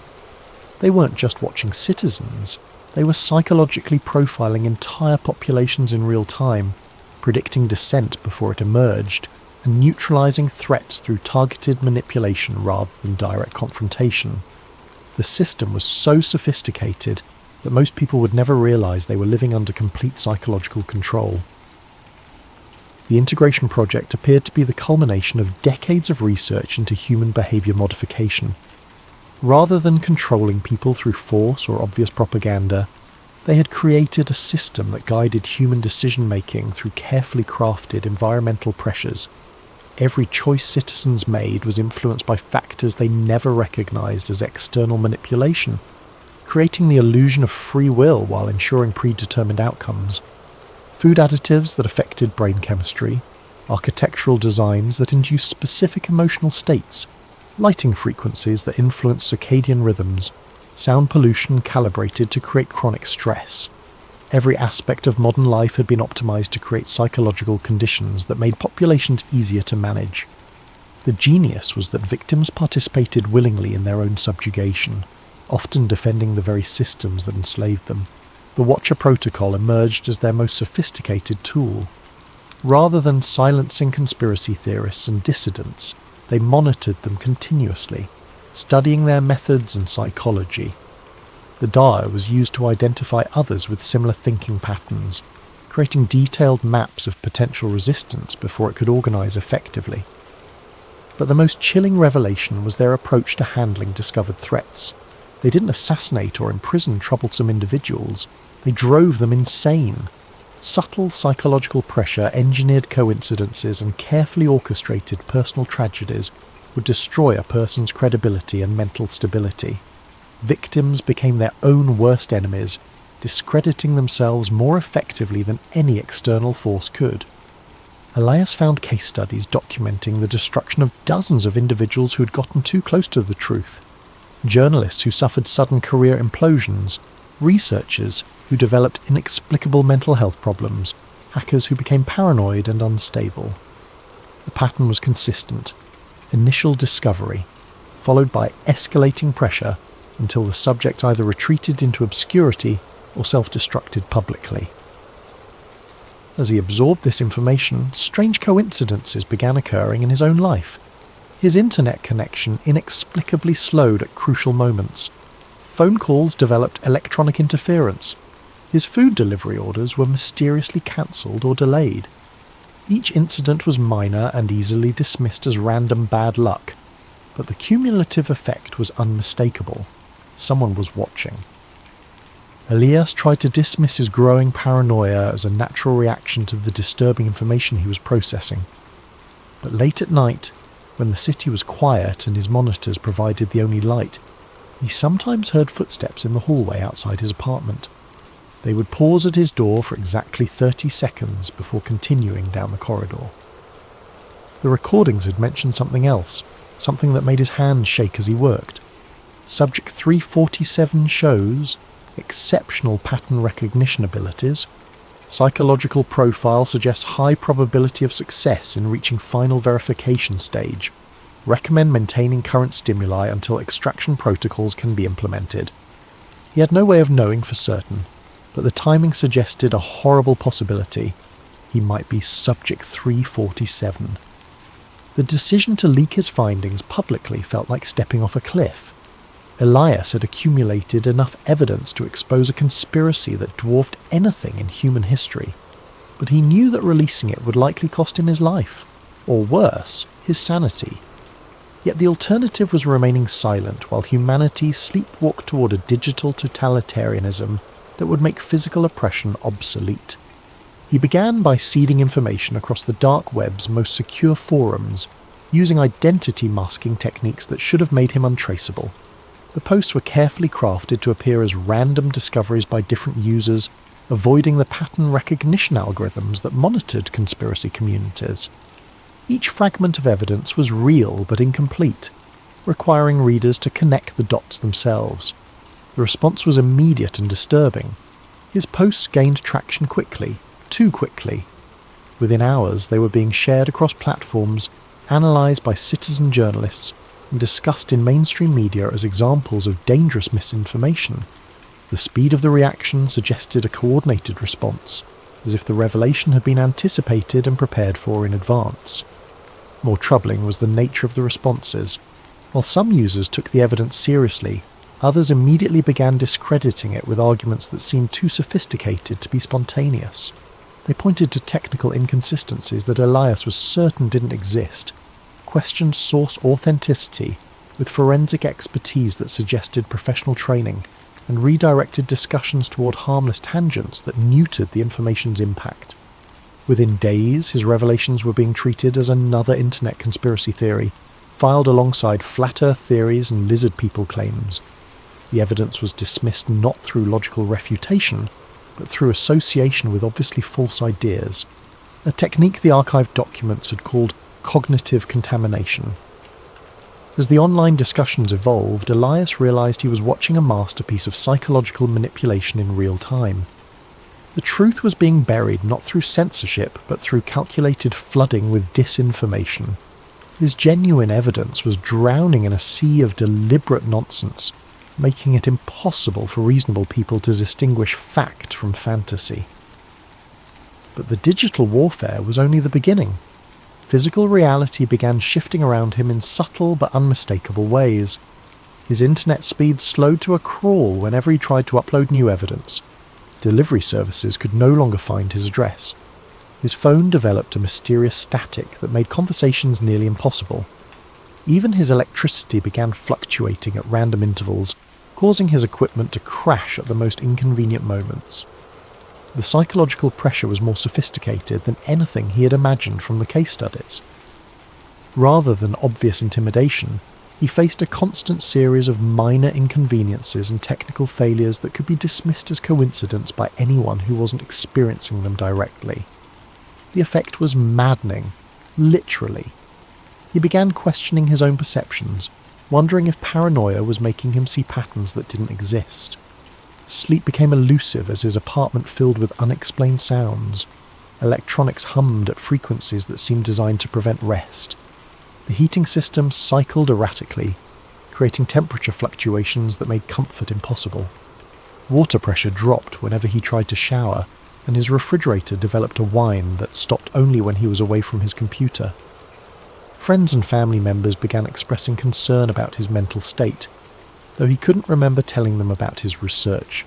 They called with surprising frequency, all using similar language about the importance of seeking help and taking breaks from the computer.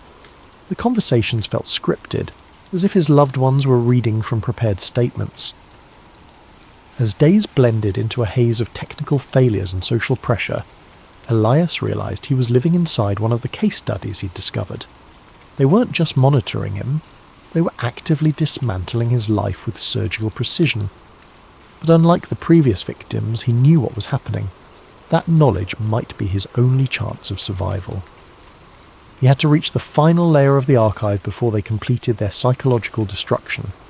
If his theory was correct, the deepest files would contain the ultimate revelation, and possibly his salvation. The final server required every technique Elias had learned over 2 decades of hacking. Protected by quantum encryption and guarded by AI systems that adapted to his intrusion attempts in real time, it represented the pinnacle of digital security. Yet as he worked through the night, fueled by desperation and the last of his energy drinks, the barriers fell with almost suspicious ease. The locked folder contained exactly what he had expected and feared: complete dossiers on hundreds of individuals, including himself. His file was massive, containing information that should have been impossible to collect. Screenshots of every computer session going back years, audio recordings from devices that shouldn't have had microphones, even biometric data tracking his health and emotional states in real time. But it was the analysis that truly horrified him. Psychological profiles predicted his behaviour with uncanny accuracy, mapping his personality down to neurological quirks that he had never shared with anyone. The files detailed his childhood trauma, relationship patterns, cognitive biases, and emotional triggers with clinical precision. They knew him better than he knew himself. The surveillance had begun long before his current investigation. Webcam captures showed him staring at monitors in his apartment, taken from angles that suggested multiple hidden cameras. Phone conversations with friends and family had been recorded and analysed for stress patterns and emotional manipulation opportunities. Even his online shopping habits, medical records, and financial transactions had been fed into behavioural prediction algorithms. Most disturbing was the timeline. The earliest entries in his file dated back 15 years. to when he had first begun investigating conspiracy theories as a college student. They hadn't just discovered his activities, they had been watching and shaping them from the beginning. Every major breakthrough in his hacking skills, every connection he had made in underground communities, every piece of evidence he'd uncovered, all had been carefully orchestrated. The documents revealed the true scope of his manipulation. The pharmaceutical company he had exposed years earlier, the leaked documents had been strategically placed for him to find. The wrongful arrest that had cost him his fortune, engineered to isolate him and fuel his paranoia. Even his current apartment had been selected for him, the basement location perfect for the psychological pressure techniques they planned to employ, but the most shattering revelation was still to come. As he scrolled through terabytes of personal data, a video file caught his attention. The timestamp showed it was recorded 3 days ago, the night he had first accessed the government server. The video showed him working at his computer, but the angle was impossible. The camera had to be inside his monitor, watching him as he discovered the conspiracy. He was staring at footage of himself reading about his own surveillance. The video continued, showing him creating his digital conspiracy board, making connections between entertainment companies and intelligence agencies, even the moment when he had first seen his own photograph in the corporate files. But there was something else, a timestamp in the corner that made no sense. According to the file properties, the video had been created 6 months before it was allegedly recorded. His hand shaking, Elias cross-referenced the timestamp with other files in his dossier. The pattern that emerged destroyed everything he thought he knew about his investigation. Every revelation, every breakthrough, every piece of evidence he had discovered, all had been prepared in advance. The conspiracy he had uncovered was real, but his discovery of it had been choreographed down to the minute. They hadn't just been watching him, they had been directing him, feeding him information at precisely calculated intervals, allowing him to feel the satisfaction of discovery while ensuring he found only what they wanted him to find. His entire investigation was a performance, and he had been playing his role perfectly. The sound of footsteps in the hallway outside his apartment was no longer mysterious. It was his cue that the final act was about to begin. The timestamp that shattered Elias's world appeared in a routine system log, buried among thousands of other entries he might have overlooked in his haste to process the overwhelming data. But his pattern recognition skills, honed by decades of digital archaeology, caught the anomaly immediately. His surveillance file had been created 3 years before he had even begun his serious investigation into secret societies. Not updated, not modified, created. The implications spread through his mind like digital wildfire. Every forum post that had sparked his interest, every breadcrumb of evidence he had followed, every contact who had guided him toward new information sources, all had been carefully planted elements in an elaborate psychological experiment. He wasn't hunting the Illuminati. He was their laboratory rat, navigating a maze they had constructed specifically for him. The files reveal the true scope of the operation. Project Cassandra aimed to study how individuals with specific psychological profiles could be guided toward predetermined conclusions while believing they were conducting independent research. Elias was test subject 347 in a series that had already processed thousands of potential dissidents, conspiracy theorists, and amateur investigators. The methodology was diabolical in its sophistication. Rather than suppressing information, they had created controlled leaks that satisfied the subject's desire for hidden truth, while ensuring that any revelations served their ultimate purposes. Every conspiracy theorist who believed they had uncovered secret plots was actually participating in a massive behavioural study that helped refine mass manipulation techniques. But Project Cassandra served another purpose, creating the perfect patsies. When subjects like Elias inevitably attempted to share their discoveries, the public would dismiss them as delusional paranoids. The conspiracy theorists discredited themselves more effectively than any government censorship could, providing cover for the real operations happening in plain sight. The genius was circular. They used genuine conspiracies to hide their conspiracy to create conspiracy theories. The Ouroboros of manipulation consumed its own tail while strengthening the head. Elias found video recordings of planning meetings where researchers discussed his psychological profile like entomologists studying an insect. His obsessive personality, his need for validation through intellectual superiority, his isolation and distrust of mainstream society, all were noted as advantageous traits for the experiment. They had identified him as an ideal subject before he had even begun his journey into the digital underground. The recordings were clinical in their detachment. Subject 347 shows exceptional persistence and pattern recognition abilities. Recommend accelerating the revelation timeline to achieve maximum psychological impact. His technical skills allow for more sophisticated evidence plants than previous subjects. Agreed. The deep web forums are seeded and ready. Will allow him to discover the entertainment industry connections next week, followed by the financial networks the following month. Estimated timeline to complete breakdown, 6 to 8 months. What about extraction? Standard protocol. Once he achieves full paranoid state, we'll activate the final revelation. The cognitive dissonance should ensure complete psychological collapse within 72 hours. Subject will either retreat into catatonic withdrawal or self-eliminate. Either outcome serves project goals. The footsteps outside his door had stopped. In the silence that followed, Elias could hear his own heartbeat thundering in his ears like a countdown timer. Every shadow in his peripheral vision might be a hidden observer. Every electronic device could be a surveillance tool. Even his own thoughts felt compromised, infected by the knowledge that his mind had been invaded and mapped by researchers who understood his psychology better than he did. But as despair threatened to overwhelm him completely, a final realization emerged from the chaos of his collapsing worldview. If they had created all of this as an experiment, if his investigation was a carefully orchestrated performance, then the evidence he had found might be real after all. They couldn't manipulate him with fake conspiracies. They had to use genuine ones to make the manipulation believable.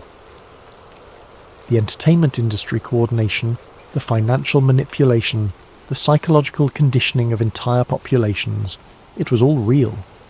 His discovery of it might have been staged, but the conspiracy itself existed exactly as he had uncovered it. They had made one critical error in their psychological experiment. They had given him access to the truth. The question was whether that knowledge could serve any purpose now that he understood his role as an unwitting puppet. As the footsteps resumed outside his door, moving with deliberate slowness toward his apartment, Elias realized he had perhaps minutes to decide how this story would end. He could retreat into madness as they expected, becoming another cautionary tale about the dangers of conspiracy thinking. He could attempt to fight back, though they had mapped every aspect of his psychology and would anticipate any strategy he might devise. Or he could find a third option, something they hadn't planned for because it lay outside their understanding of his character. The gentle knock on his door interrupted his thoughts. A voice, polite and professional, spoke through the thin wood. "Mr. Corrin, we need to talk." Elias looked at his screens one final time, at the conspiracy board that had consumed his life, at the evidence that proved humanity was being manipulated on a scale beyond historical precedent. Then he looked at his reflection in the dark monitor, the face of a man who had discovered that his greatest fear and greatest hope were the same thing. He had found the truth. The truth had been carefully crafted to find him. But perhaps, in that circular dance of manipulation and discovery, lay an opportunity that neither he nor his watchers had anticipated. After all, even the most sophisticated psychological experiment could produce unexpected results. As he reached for the door handle, Elias Corrin smiled for the first time in months. If they had taught him anything, it was that reality was far more malleable than most people believed. And if reality could be shaped, then perhaps it was time for the subject to become the experimenter. The door opened to reveal figures in dark suits, their faces professional masks hiding whatever emotions they might have felt. But as they looked into Elias's eyes, something shifted in their expressions, a flicker of uncertainty that suggested their psychological profiles might have missed something crucial about their carefully studied subject. "Gentlemen," Elias said, his voice steady despite the chaos in his mind, "I've been expecting you. Shall we discuss what happens next?" The game was far from over. In fact, It was just beginning.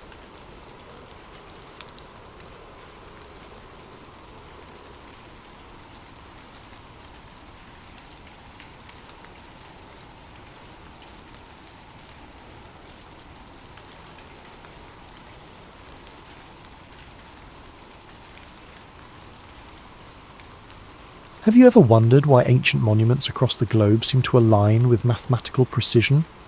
Why your GPS glitches in certain locations? Or why governments classify research about electromagnetic anomalies?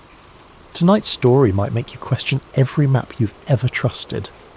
Before we begin this journey into the hidden grid beneath our feet, I want to thank M10rapin for suggesting this topic.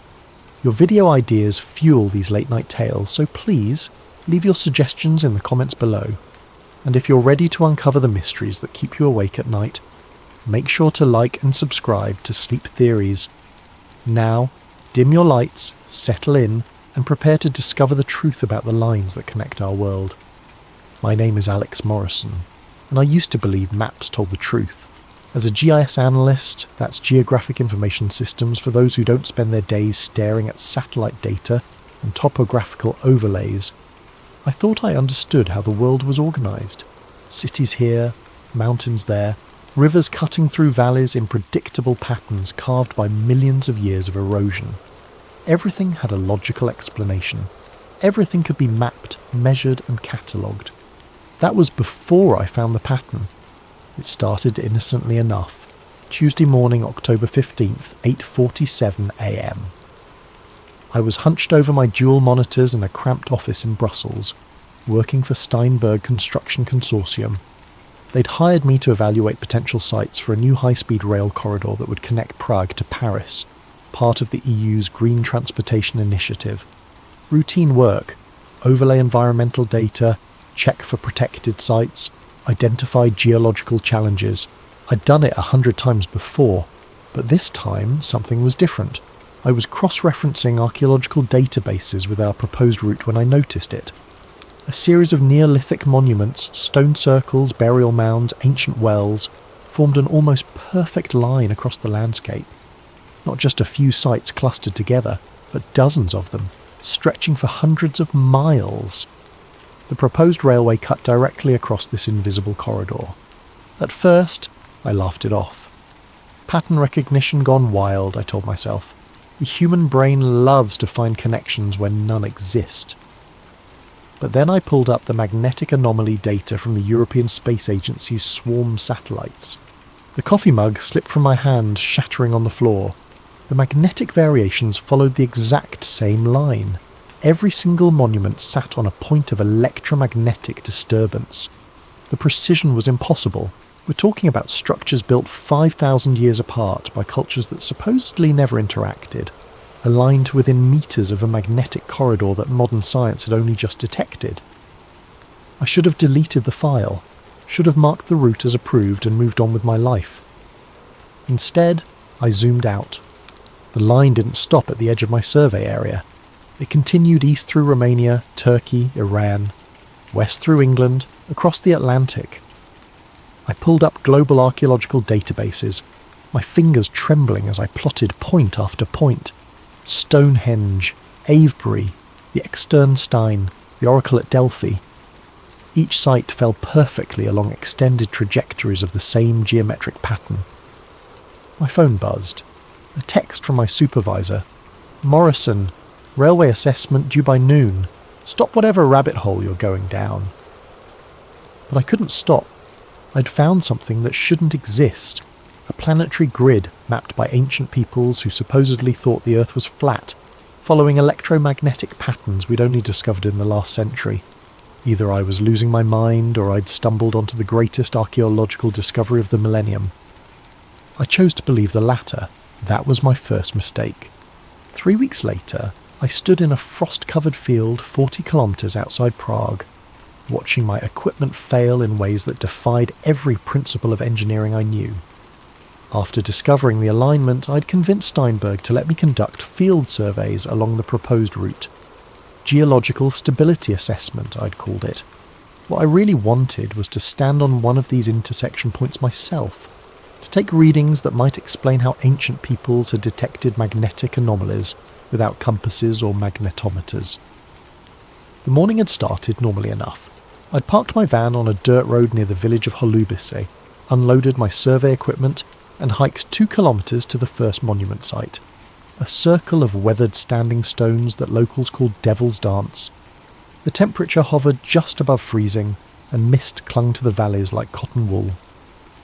I set up my differential GPS unit first, waiting for it to lock onto satellites. The device chirped, showing full signal strength. Then, as I walked toward the centre of the stone circle, the screen flickered. Acquiring satellites. Signal lost. Acquiring satellites. I checked my phone. Same problem.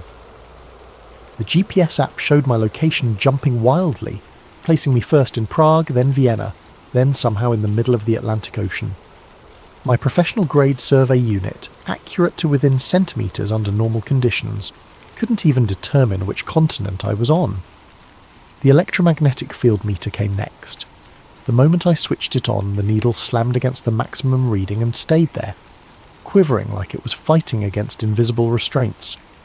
I'd seen similar readings near power lines or transformer stations, but we were in the middle of farmland.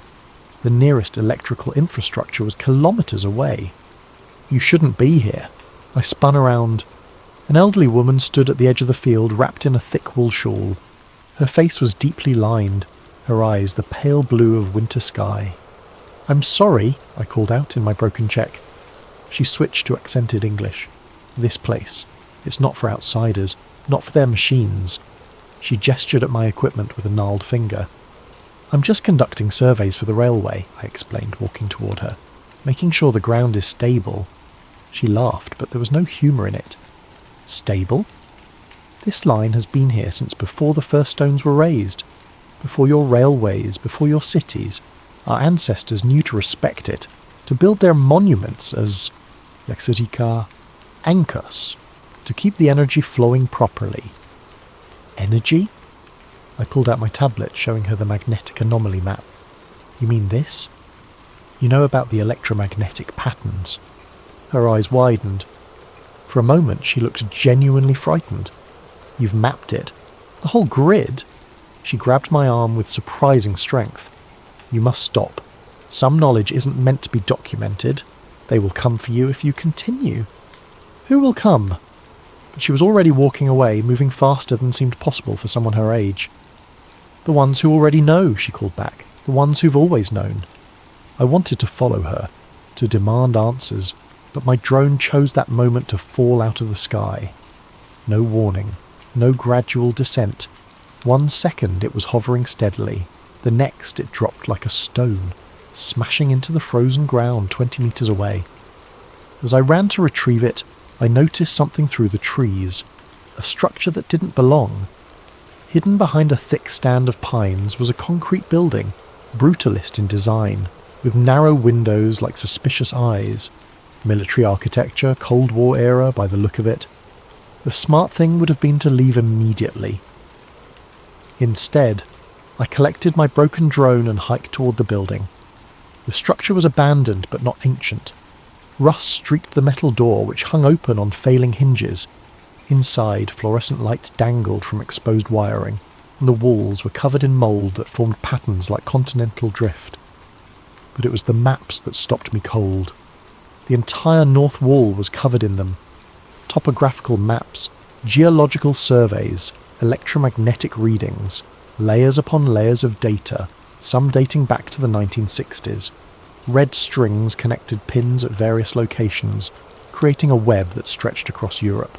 And running through it all, marked in thick black ink, was the same line I'd found, the same impossible alignment. In the corner, barely legible, someone had written, "Earth Grid Project, classified, destroy after review." I pulled out my phone to photograph everything, but the camera wouldn't focus. Every image came out distorted, as if the very air in the room was bending light. I tried sketching what I saw instead, my hands shaking from more than cold. A metal filing cabinet in the corner had been forced open, its contents mostly removed or destroyed. but wedged behind the bottom drawer I found a single folder. Water damage had made most of it illegible, but I could make out fragments. Electromagnetic conductivity peaks at intersection points. Ancient structures appear to function as regulatory nodes. Catastrophic potential if grid destabilizes. Project terminated by Joint Commission directive. The last page was a photograph, grainy but unmistakable. It showed a massive antenna array in what looked like Alaska, the same distinctive design I'd seen in conspiracy documentaries about HAARP. But this photo was dated 1971, decades before HAARP officially existed. A sound outside made me freeze. The crunch of footsteps on frost. Multiple sets, moving with military precision. I shoved the folder inside my jacket and slipped out the back window, dropping into a thorny hedge that tore at my clothes. Through the trees, I could see dark vehicles pulling up to the building, men in unmarked uniforms spreading out to surround it. I ran, not toward my van, they'd certainly have someone watching it, but deeper into the forest, following a deer trail that wound toward the next village. Behind me I heard shouting in a language I didn't recognise. Not Czech, not German, something else. It took me 4 hours to circle back to my vehicle, approaching from the opposite direction through farmland. The van was untouched, but I knew they'd let me go. Let me run. They wanted to see what I'd do next, who I'd contact. As I drove away, hand steady on the wheel despite the adrenaline coursing through my veins, I realised the old woman had been right. Some knowledge wasn't meant to be documented, but it was too late now. I'd seen the grid, seen evidence that governments knew about it, had studied it, had classified it, and I was going to find out why. My apartment in Brussels became a command centre for obsession. After the encounter at Holobici, I'd returned to work, filed a bland report recommending further geological assessment, and pretended everything was normal. But every evening, I locked my door, pulled the blinds and dove deeper into the mystery. The coffee table disappeared under printed maps. The walls became a spider web of string and pins connecting sites across continents. I'd stopped sleeping more than 3 hours a night, surviving on espresso and the electric thrill of discovery. The pattern was everywhere once you knew how to look. Start with the obvious ones, the monuments everyone knows, the pyramids of Giza, Stonehenge, Machu Picchu, Easter Island. Plot them on a globe, not a flat map, and they formed geometric relationships so precise they could have been placed by satellite guidance. The Great Pyramid sits at the exact centre of Earth's landmass.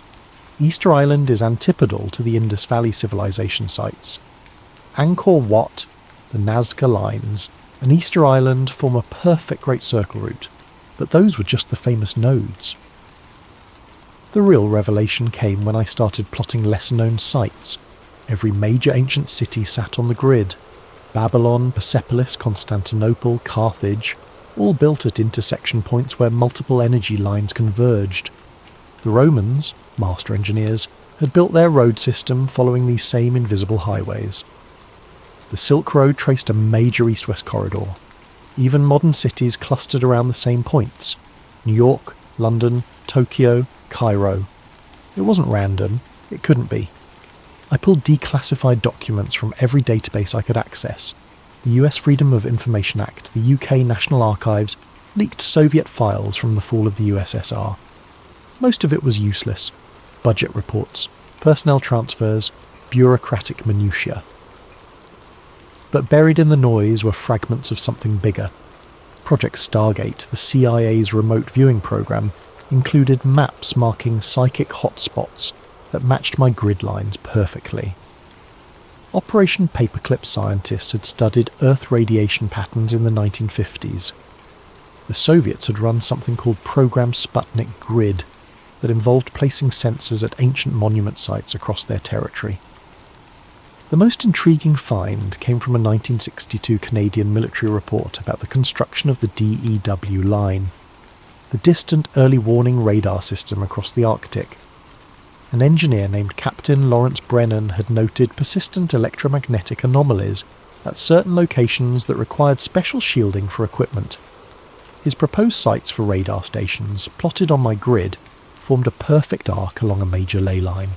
But the document that changed everything was a leaked memo from 1997, source unknown, that had circulated on conspiracy forums before being scrubbed from most of the internet. I found it cached on an obscure Russian server. 2. Joint Chiefs Special Projects Division Aura. Earth grid stability concerns. Recent seismic activity correlates with disruption of natural electromagnetic corridors via urban development and mineral extraction. Recommendation: establish monitoring stations at key intersection points under cover of telecommunications infrastructure. See attached list of priority sites. The attached list was gone, but the implication was clear. They knew. The military, the intelligence agencies, the energy companies, they all knew about the grid, and they were using it. I started mapping modern installations against the ley lines. The correlation was undeniable. HARP in Alaska, ISCAT in Norway, Sura in Russia, Arecibo in Puerto Rico. Every major ionospheric research facility sat directly on an intersection point. The Large Hadron Collider at CERN traced a circle around one of the most powerful convergent zones in Europe. Nuclear power plants clustered along the lines. Major military bases were built at intersection points. Even the routes of underground fibre optic cables followed the ancient paths, as if modern engineers were unconsciously drawn to the same energy corridors their ancestors had marked with standing stones. My phone rang at 3 a.m. on a Tuesday. Unknown number. Stop digging. The voice was electronically distorted, genderless. Who is this? Someone trying to help you. You found the grid. Congratulations. Now forget about it before you end up like the others. What others? Bruce Cathy, John Michel, Ivan Sanderson, all the researchers who got too close to the truth. Heart attacks, car accidents, sudden illnesses. Very convenient. My blood chilled. I knew those names. Independent researchers from the 60s and 70s who'd written about Earth energy grids. All died relatively young under questionable circumstances. Why are you warning me? Because the grid is destabilizing. The ancients built monuments as regulators, keeping the energy in balance. Modern construction is disrupting the flow. Mumbai, 2006. Haiti, 2010. Fukushima, 2011. Those weren't random natural disasters. They were pressure releases along fractured ley lines. That's impossible. Electromagnetic fields don't cause earthquakes. The voice laughed, bitter and electronic. The electromagnetic fields are just what we can measure. The grid is deeper than that. It's the planet's nervous system, its circulation, and we're giving it a stroke, one skyscraper at a time. Then we need to warn people. With what evidence? Mystical energy lines, ancient wisdom. You'll be dismissed as a crackpot. Unless ... The voice paused. Unless you can prove the energy is real, measurable, usable. How? Return to the grid, not with standard equipment. That's designed to filter out the frequencies you need to detect. Build your own sensor. Copper coils, crystal oscillators, very specific specifications. I'm sending you the plans now. My laptop pinged with an encrypted file. One more thing, the voice said. When you record the surge, you'll have about 6 hours before they track the signature back to you. Use that time wisely. The line went dead. I opened the file. The schematic looked like something Tesla might have designed after a fever dream. Multiple copper coils in a complex geometric arrangement, connected to crystal oscillators and frequency analyzers. The materials list was surprisingly mundane. Everything available from electronic suppliers. It took me 3 days to build it, working in secret in a rented storage unit outside the city. The device looked like abstract art more than scientific equipment, all gleaming copper spirals and crystal matrices. But when I powered it on, every LED lit up green. It was detecting something. Now I just had to be crazy enough to test it. The academic forum was my first mistake. Well, second, if you count building the sensor. But hubris makes fools of us all, and I needed someone, anyone, to verify I wasn't losing my mind. Geoanomalies.net was a small community, mostly graduate students and professional geologists sharing unusual findings. I created a throwaway account and posted a conservative summary. Electromagnetic anomalies correlating with ancient monument placement, seeking peer review. I attached 3 images: my overlay map of European sites, a graph showing magnetic field fluctuations, and one photo from the abandoned military outpost with the classified stamps carefully cropped out. Within an hour, I had 2 responses. A geology professor from Munich confirmed similar observations near Bronze Age sites. A student from Oxford posted links to academic papers about telluric currents, natural electrical currents that flow through the Earth's crust. Then, 90 minutes after posting, my thread vanished. Not deleted with a removed by moderator message. Gone, like it had never existed. The cached version on Google disappeared. The other users who'd responded found their comments erased from their own post histories. My laptop screen flickered. A chat window opened without my input. Admin. Your recent activity has been flagged for review. Me.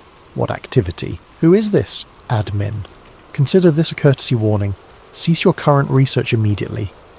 Me. Or what? Admin. Or we stop being courteous.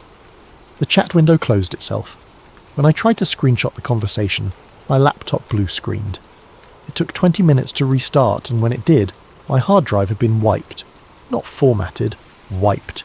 Every sector overwritten with random data multiple times. A technique that made recovery impossible. Thank God for cloud backups, I thought, logging into my secure server. Empty. 3 years of research, gone. Even my email accounts had been purged. I still had physical copies of the most important findings, hidden in a safety deposit box across town. But the message was clear. They could reach me anywhere, any time. The next morning I arrived at work to find my keycard deactivated. Security escorted me to a conference room where my supervisor, Mr. Steinberg himself, sat with 2 people I'd never seen before.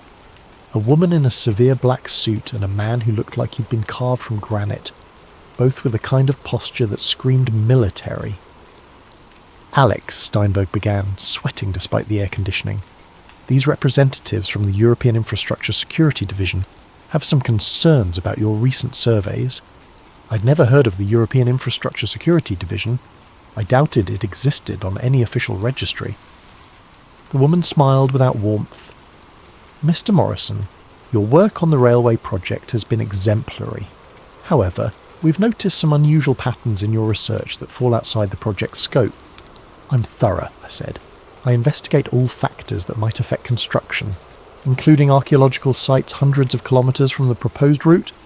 The man's accent was impossible to place, including electromagnetic phenomena that have no bearing on rail safety.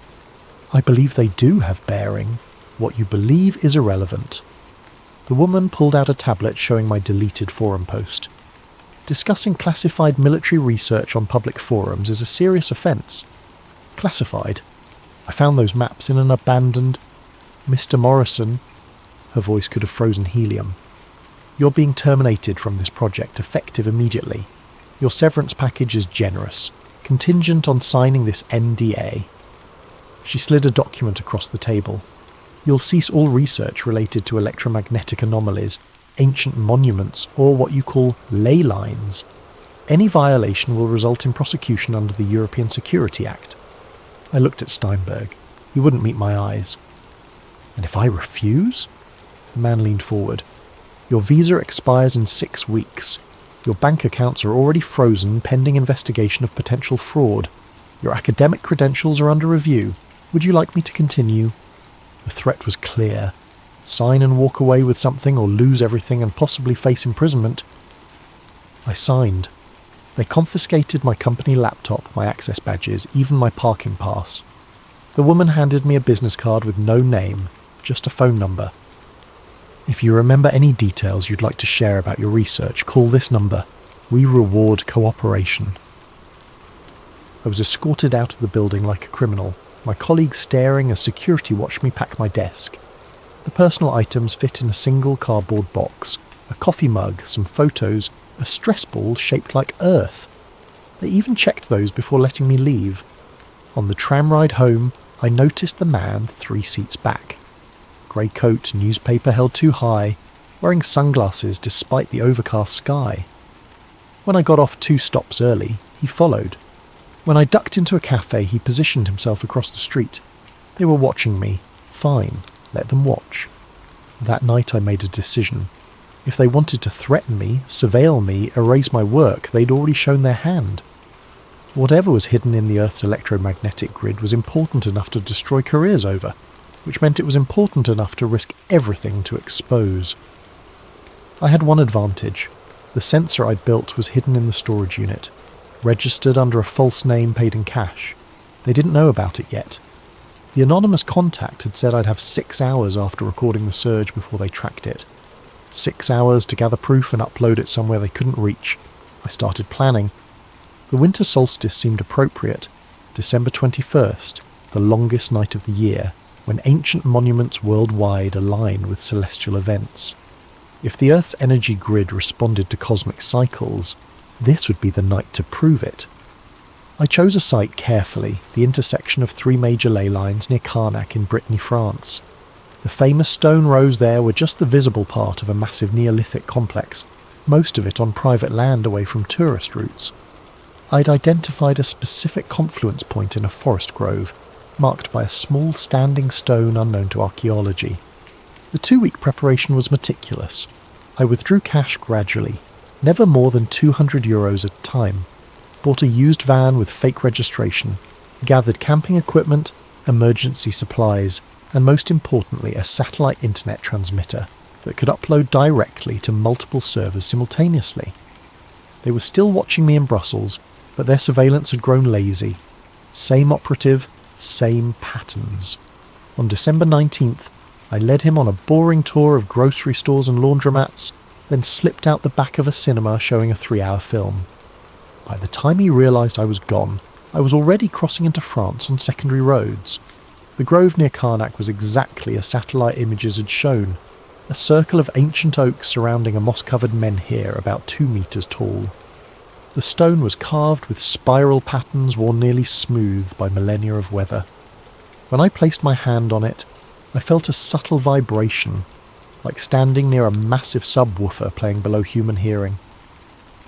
I set up the sensor array according to the anonymous blueprints. Copper coils arranged in a complex mandala, crystal oscillators at specific angles, the whole apparatus connected to recording equipment and the satellite uplink. If this worked, data would stream to servers in 12 countries simultaneously. As sunset approached, my conventional instrument started showing anomalies. The magnetometer detected fluctuations in a rhythmic pattern, almost like a heartbeat. The frequency analyzer picked up ultra-low sounds below 7 Hz, the range that some researchers claim can induce altered states of consciousness. Then the sun touched the horizon, and everything changed. The copper coils began resonating, producing a tone that I felt more than heard. The crystals started glowing with a faint blue luminescence, not reflected light, but actual emission. The recording equipment went haywire, needles dancing across their maximum ranges. At the moment of sunset, 5:47 p.m. local time, the surge hit. The ground beneath me vibrated like a struck bell. The standing stone lit up with phosphorescent patterns, spirals of light racing across its surface following the ancient carvings. The air itself seemed to thicken, taking on a golden quality that made everything appear to be underwater. My body felt weightless, not floating, but as if gravity had simply forgotten about me. I watched my hand rise without conscious thought, fingers spreading to touch the charged air. Electricity danced between my fingertips, not painful, but ecstatic, like every nerve was firing with pure information. The sensor array was screaming data into the satellite feed, electromagnetic readings off the scale, gravitational anomalies that shouldn't exist, temperature fluctuations that defied thermodynamics, all of it streaming live to servers worldwide, impossible to suppress or delete simultaneously. Through the golden haze I saw them, spheres of light moving through the forest. Not aircraft, not drones, perfect orbs of luminescence following the ley line like trains on invisible tracks. They moved silently, purposefully, some the size of basketballs, others as large as cars.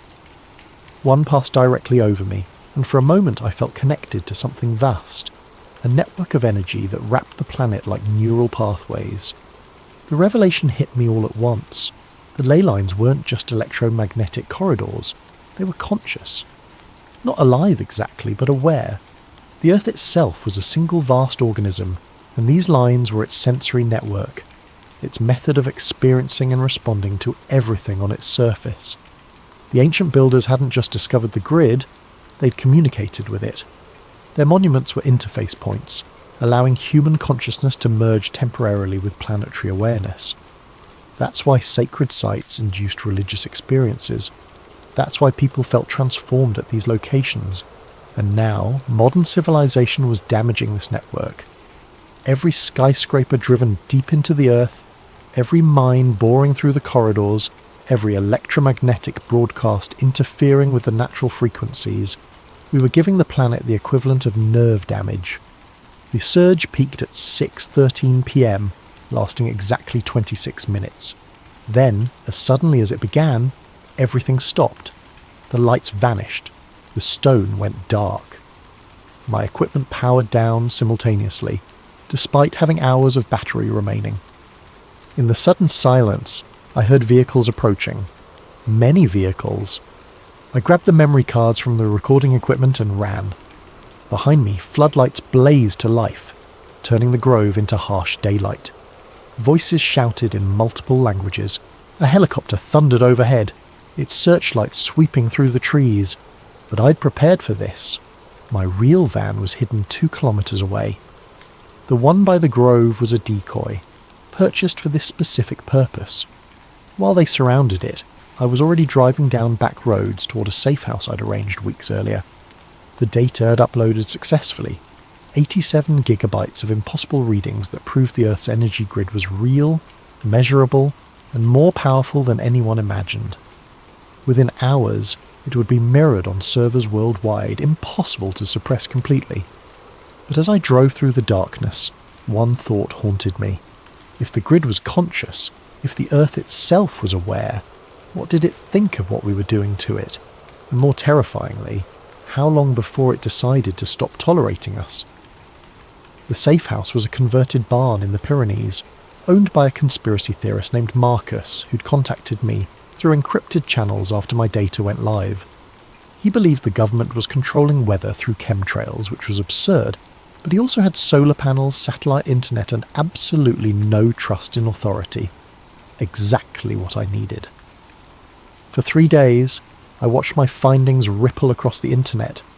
Alternative news sites ran with headlines like, "Proof Earth's secret energy grid exposed." Scientists on Twitter debated the data's authenticity. Skeptics called it an elaborate hoax, but enough people with credentials were taking it seriously that mainstream media couldn't ignore it entirely.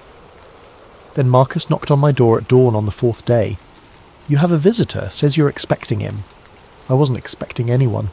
The man standing in Marcus's kitchen looked like a university professor from the 1970s. Corduroy jacket with elbow patches, wild grey hair, thick glasses repaired with tape. He was drinking tea from a chipped mug and studying my printed data with intense focus. "Mr. Morrison," he said without looking up, "my name is Professor Emanuel Richter. I'm the one who sent you the sensor blueprints." The anonymous contact. I studied him carefully. "How did you find me?" "The same way they'll find you eventually, the satellite uplink signature. But I know how to mask my movements. 30 years of practice." He finally looked at me, his eyes sharp behind the thick lenses. "Your data is magnificent, but you're missing the larger picture." "Enlighten me!" He pulled out a battered laptop and opened a file filled with equations I couldn't begin to understand. "The ley lines aren't just electromagnetic. That's merely the aspect we can measure with current technology. They're multi-dimensional conduits, channels through space-time itself. That's impossible. So is your gravitational anomaly data, yet there it is." He pulled up a world map covered in glowing lines. Every ancient culture had different names for it. Chi in China, Prana in India, Pneuma in Greece. They were all describing the same phenomenon, a fundamental force that mainstream physics hasn't acknowledged. Why hasn't physics acknowledged it? Richter laughed bitterly. Because those who discover it either join the suppression or disappear. I was part of the suppression for 20 years. He told me his story. In 1973, fresh from MIT with a PhD in theoretical physics, He'd been recruited by a Defense Department think tank. His job, investigate anomalous energy readings at ancient sites worldwide. Within 2 years, his team had mapped the basic structure of the Earth grid and realised its potential. Unlimited clean energy, he said. Instantaneous communication across any distance.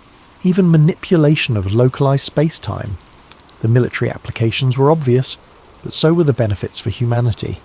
We could have transformed civilization. What happened? We succeeded. His face darkened. The first experimental tap into a ley line intersection was in Nevada, 1978. We pulled enough energy in 30 seconds to power Las Vegas for a year. Then the intersection point destabilized. He showed me a classified photo, a perfectly circular crater 300 meters across, the sand turned to glass. The official record lists it as an underground nuclear test, but no bomb did that. We'd ruptured something fundamental in the grid structure. The project was immediately classified beyond top secret. Research continued, but focused on weaponization rather than energy production. HARP, Richter explained, wasn't about weather modification or mind control. Those were cover stories. It was about learning to manipulate the grid without destabilizing it. But they're failing, he continued. Every year more intersection points become unstable. The Haiti earthquake, the Japanese tsunami, the increase in volcanic activity, they're all symptoms of grid breakdown. Caused by what? Everything. Mining operations cutting through ley lines, fracking disrupting deep conduits, cities spreading concrete over intersection points. But the worst damage comes from electromagnetic pollution, cellular towers, Wi-Fi, satellite transmissions.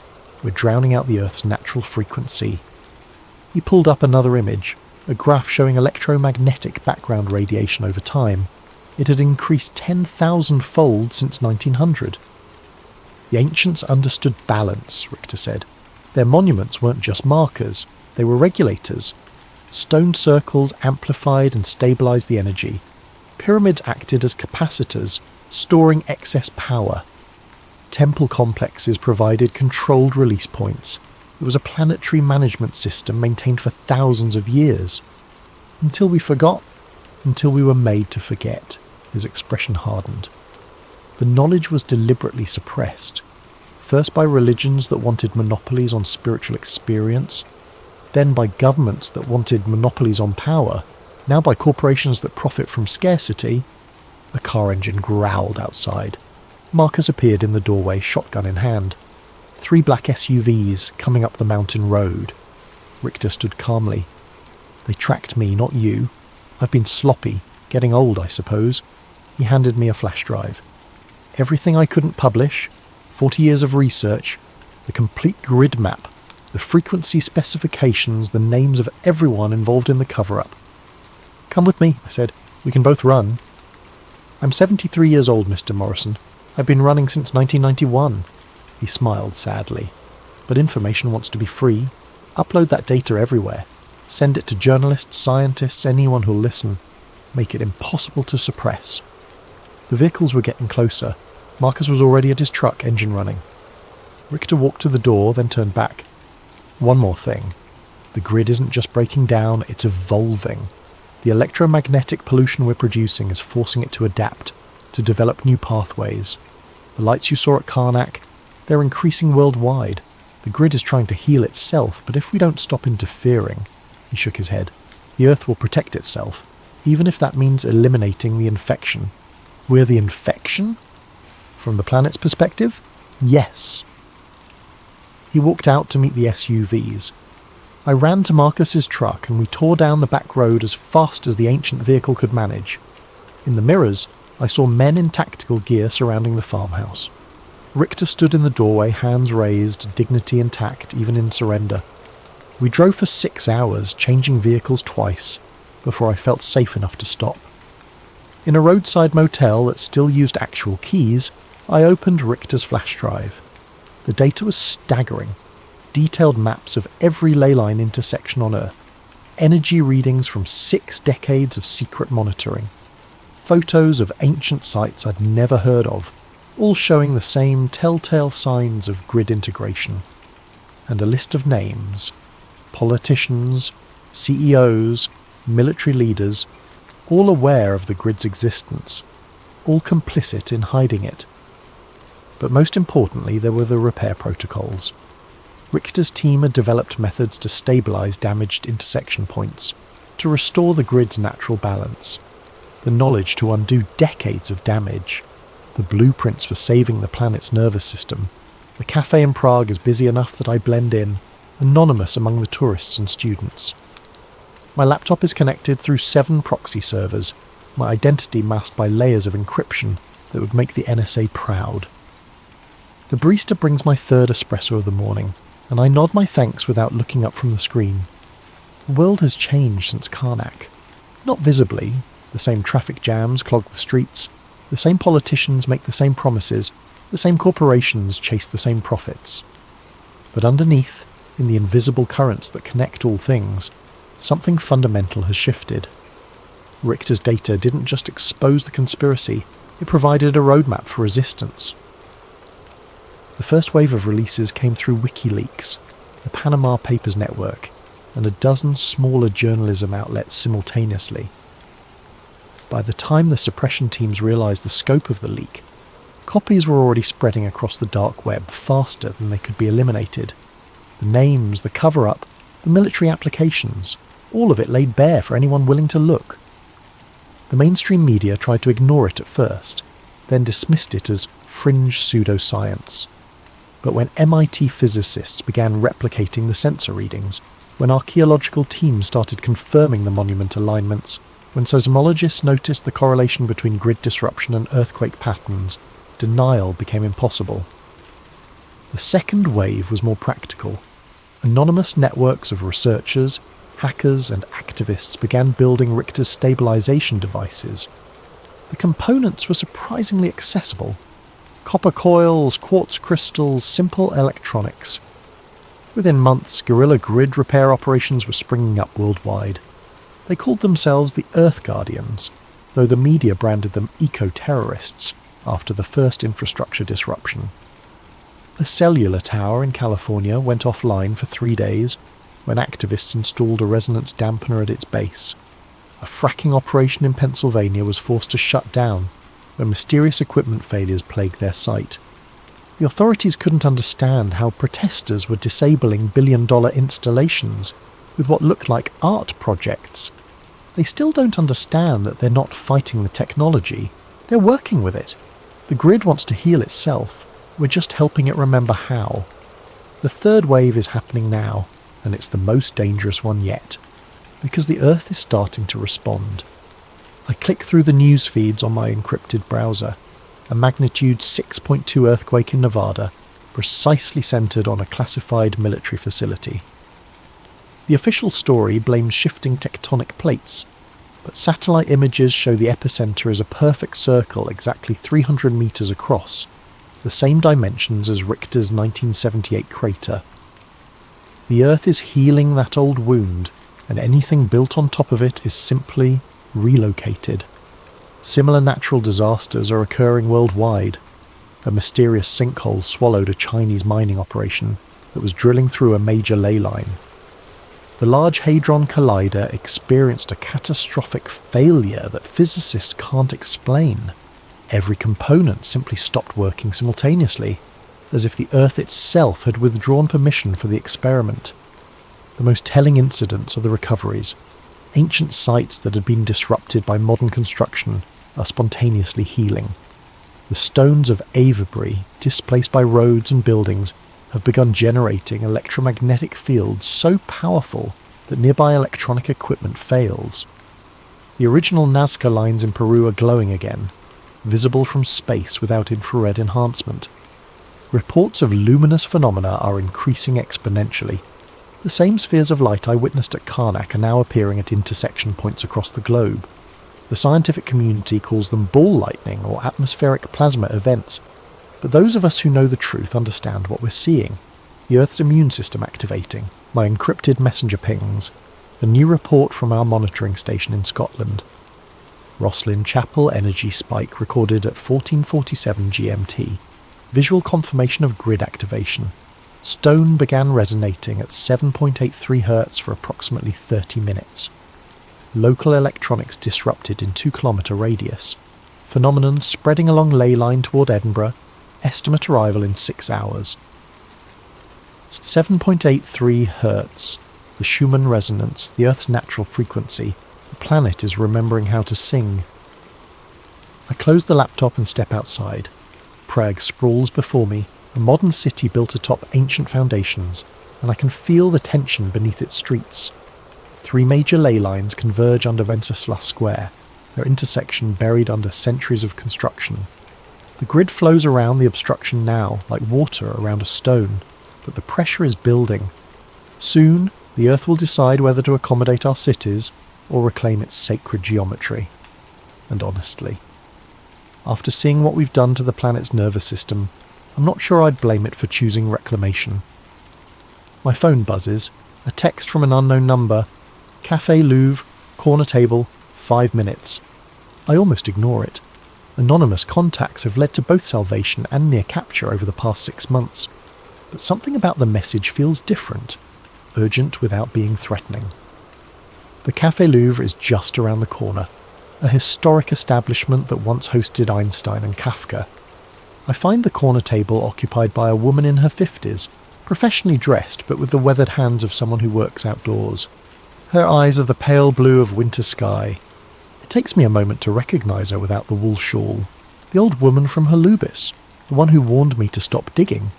She looks younger somehow, more vibrant, as if the past months have restored something vital that had been missing. "Sit," she says in accented English. "We have much to discuss and little time." I remain standing. "Who are you?" "My name is Dr. Vera Novakova." I was Professor Richter's research partner from 1975 to 1991. When the project went dark, I returned to Prague and spent 30 years watching the grid deteriorate, watching the old ways die. She gestures to the empty chair. "Please, the Earth Guardians need guidance from someone who understands the ancient protocols." Slowly I sit. "You've been monitoring us?" "Protecting you. The network Marcus connected you to. Half of those encrypted channels run through servers I maintain. The financial accounts that kept you hidden, funded by a trust I established decades ago. Did you think your escape from Karnak was purely your own skill?" The revelation hits like cold water. "You've been manipulating everything. Facilitating. There's a difference." She pulls out a tablet showing a world map covered in pulsing nodes of light. "The grid is awakening faster than we anticipated. Your data release accelerated the process. What should have taken decades is happening in months." "That's good, isn't it? The Earth healing itself?" Her expression darkens. "Healing, yes, but healing can be traumatic. When a broken bone resets itself, the process is violent. The grid is preparing to realign the planet's energy flows, and everything built in opposition to those flows will be swept aside." She zooms in on major cities, each one sitting atop intersection points like tumours on nerve endings. New York, London, Tokyo, they're all going to be tested. The grid will offer them a choice, adapt or be removed. Most will choose to fight rather than change. So we warn them, show them the repair protocols. Do you really think the forces that suppressed this knowledge for 70 years will suddenly embrace it? That governments and corporations will voluntarily dismantle the systems that gave them power? She shakes her head. They'll try to weaponize the awakening instead, turn the Earth's own defense mechanisms against their enemies. The chill runs through me as I understand the implications. They'll try to control the grid. They're already trying. HARP has been broadcasting disruption frequencies for weeks. The Chinese are using their rare Earth mining operations to physically sever ley lines. The Russians are detonating nuclear devices at intersection points, trying to create artificial nodes they can control. The tablet shows the results. Chaotic feedback loops spreading across the planet's energy network like infection. Every intervention makes the situation worse. They're not just damaging individual lines anymore, they're destabilizing the entire system. What happens if the grid fails completely? Dr. Novakova closes the tablet. According to our models, the planet's magnetic field becomes erratic, weather patterns collapse, tectonic stability fails, the biosphere begins to shut down. She meets my eyes. Extinction event. Not just for humans, for everything. The weight of it settles over me like a shroud. We're not just fighting for disclosure anymore, or even for environmental protection. We're fighting for the continuation of life on Earth. So what do we do? She slides a memory chip across the table. The complete archive. Every site, every frequency, every ancient protocol we've recovered. But also something new. Integration codes. Integration codes? The monuments were just the beginning. The ancients didn't just build regulatory structures, they created organic interfaces. Humans who could merge temporarily with the grid consciousness, becoming living nodes in the network. The genetic markers still exist in certain bloodlines. My hand freezes halfway to the memory chip. You're talking about human sacrifice. Not sacrifice. Symbiosis. Her voice carries a strange resonance as if speaking from great depth. The planet needs conscious partners, not just passive regulators.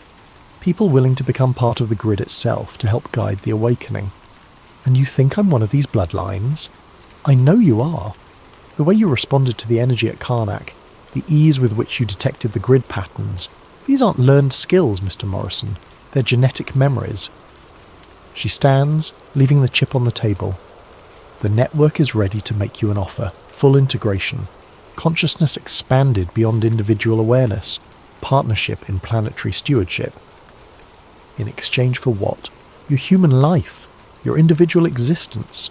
You would become something larger, but you would cease to be Alex Morrison. The cafe continues around us, conversations in Czech and English. The hiss of the espresso machine, the clink of cups on saucers. Normal life proceeding as if we weren't discussing the potential end of human civilization. How long do I have to decide? The awakening reaches critical phase at the next solar maximum, 18 months. After that, the grid will make its own decisions about humanity's future, with or without conscious human partners. She walks away, pausing at the door. The old woman who warned you at Holubis. She made the integration choice in 1968, during the Prague Spring. The Soviets thought they were suppressing political uprising, but they were really trying to prevent grid awakening. She's been guiding the network ever since, preserving the knowledge until the right time. And you? Dr. Novakova smiles, and for a moment her eyes glow with the same blue light I'd seen in the copper coils. I made my choice years ago. Everything I've done since has been the grid working through me, including finding you. She steps into the Prague afternoon and vanishes into the crowd. I sit alone with a memory chip, feeling the weight of impossible decision. Save the planet by joining it. Preserve humanity by transcending it. Outside, storm clouds are gathering despite the morning's clear forecast. Through the cafe window I can see electrical discharges dancing between the cloud layers. Not lightning, but something more purposeful. The grid flexing its muscles, testing its strength. My laptop chimes with incoming messages from Earth Guardian cells worldwide. Similar phenomena are being reported from every continent. The awakening is accelerating. I slip the memory chip into my pocket and pay for my coffee. Whatever choice I make, it won't be here in this cafe, surrounded by the comfortable illusions of normal life. It will be at an intersection point, where the planet's consciousness runs closest to the surface, where human and Earth awareness can touch. The old town square of Prague is a 15-minute walk, built over one of the most powerful convergence points in Europe. As I step into the street, I can already feel it calling, a deep thrumming beneath the cobblestones, a magnetic pull that bypasses rational thought and speaks directly to something ancestral in my cells. Time to find out what I really am and what I might become. This message was uploaded simultaneously to 12,847 servers worldwide at 11:47 GMT on March 21st, the spring equinox. Source analysis indicates the transmission originated from Prague, Czech Republic, but routing through quantum encrypted channels makes precise location impossible. To anyone receiving this, my name was Alex Morrison, and this is my final report. I'm writing this from the Old Town Square in Prague, sitting on the steps of the astronomical clock. It's just past midnight, and the square is empty except for me and the growing sphere of blue light that hovers above the central flagstones. The light is beautiful. Not harsh like electric illumination, but soft and deep, like looking into the heart of a star. I can feel it calling to me. The memory chip Dr. Novakova gave me contained everything she promised, and more. The complete archive of human grid interactions spanning 5,000 years, bloodline genealogies tracing back to the monument builders, and the integration protocols, step-by-step instructions for conscious merger with planetary consciousness. I've spent the past 3 hours uploading everything to dead drops and secure servers across the globe. By the time anyone reads this, the information will be replicated beyond any possibility of suppression. The grid won't die with me, but more importantly, I've realised that choice was an illusion. The integration isn't something I can accept or refuse. It's already happening. Has been happening since that first moment in Holubix, when my equipment failed and I felt something vast and patient taking notice of me. Every breakthrough, every narrow escape, every perfectly timed contact, none of it was luck or skill. The grid has been slowly incorporating me into itself, preparing me for this moment. The Alex Morrison who started this journey no longer exists. What remains is something between human and other, a bridge between two forms of consciousness. The sphere is descending now, close enough that I can see patterns moving within its light, mathematical forms that hurt to look at directly, but speak to parts of my brain that shouldn't exist.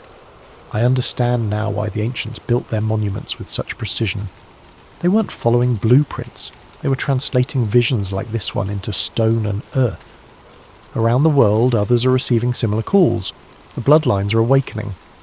Not many, perhaps a few thousand individuals scattered across the planet, but enough.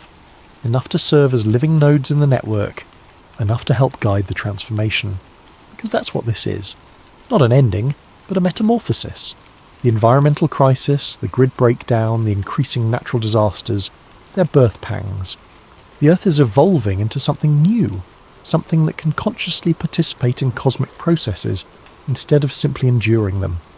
But evolution requires cooperation, and cooperation requires communication. That's where we come in, the bridges, the translators.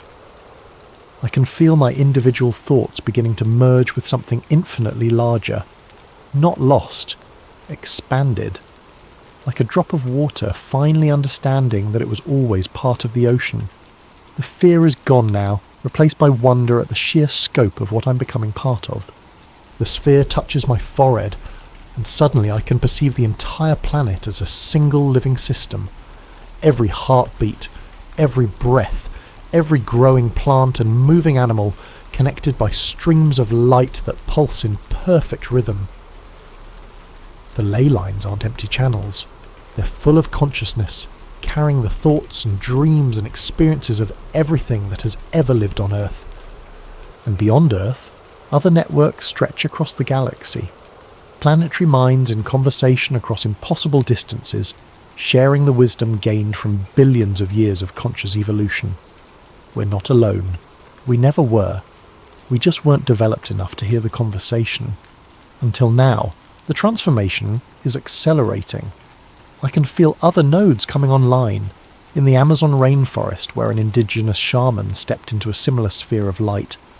At Uluru, where an Aboriginal elder touched the songlines and felt them sing back. At Glastonbury Tor, where a British physicist finally understood why his equations had been leading him there. We are becoming the Earth's nervous system, its immune system, its consciousness.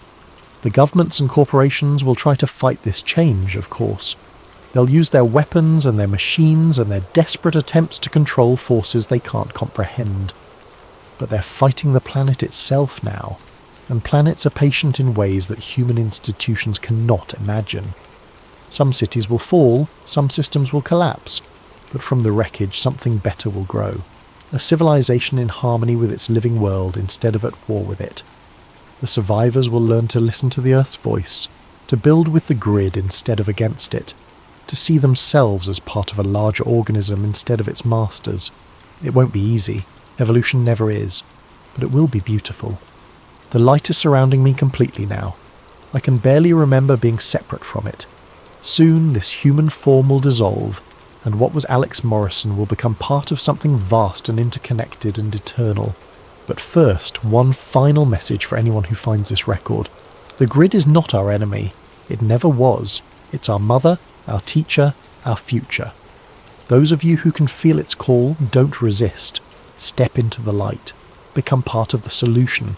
Those who can't or won't, please step aside. The earth is healing itself, and it will not be stopped by fear or greed, or the desperate clinging to systems that no longer serve. The age of separation is ending.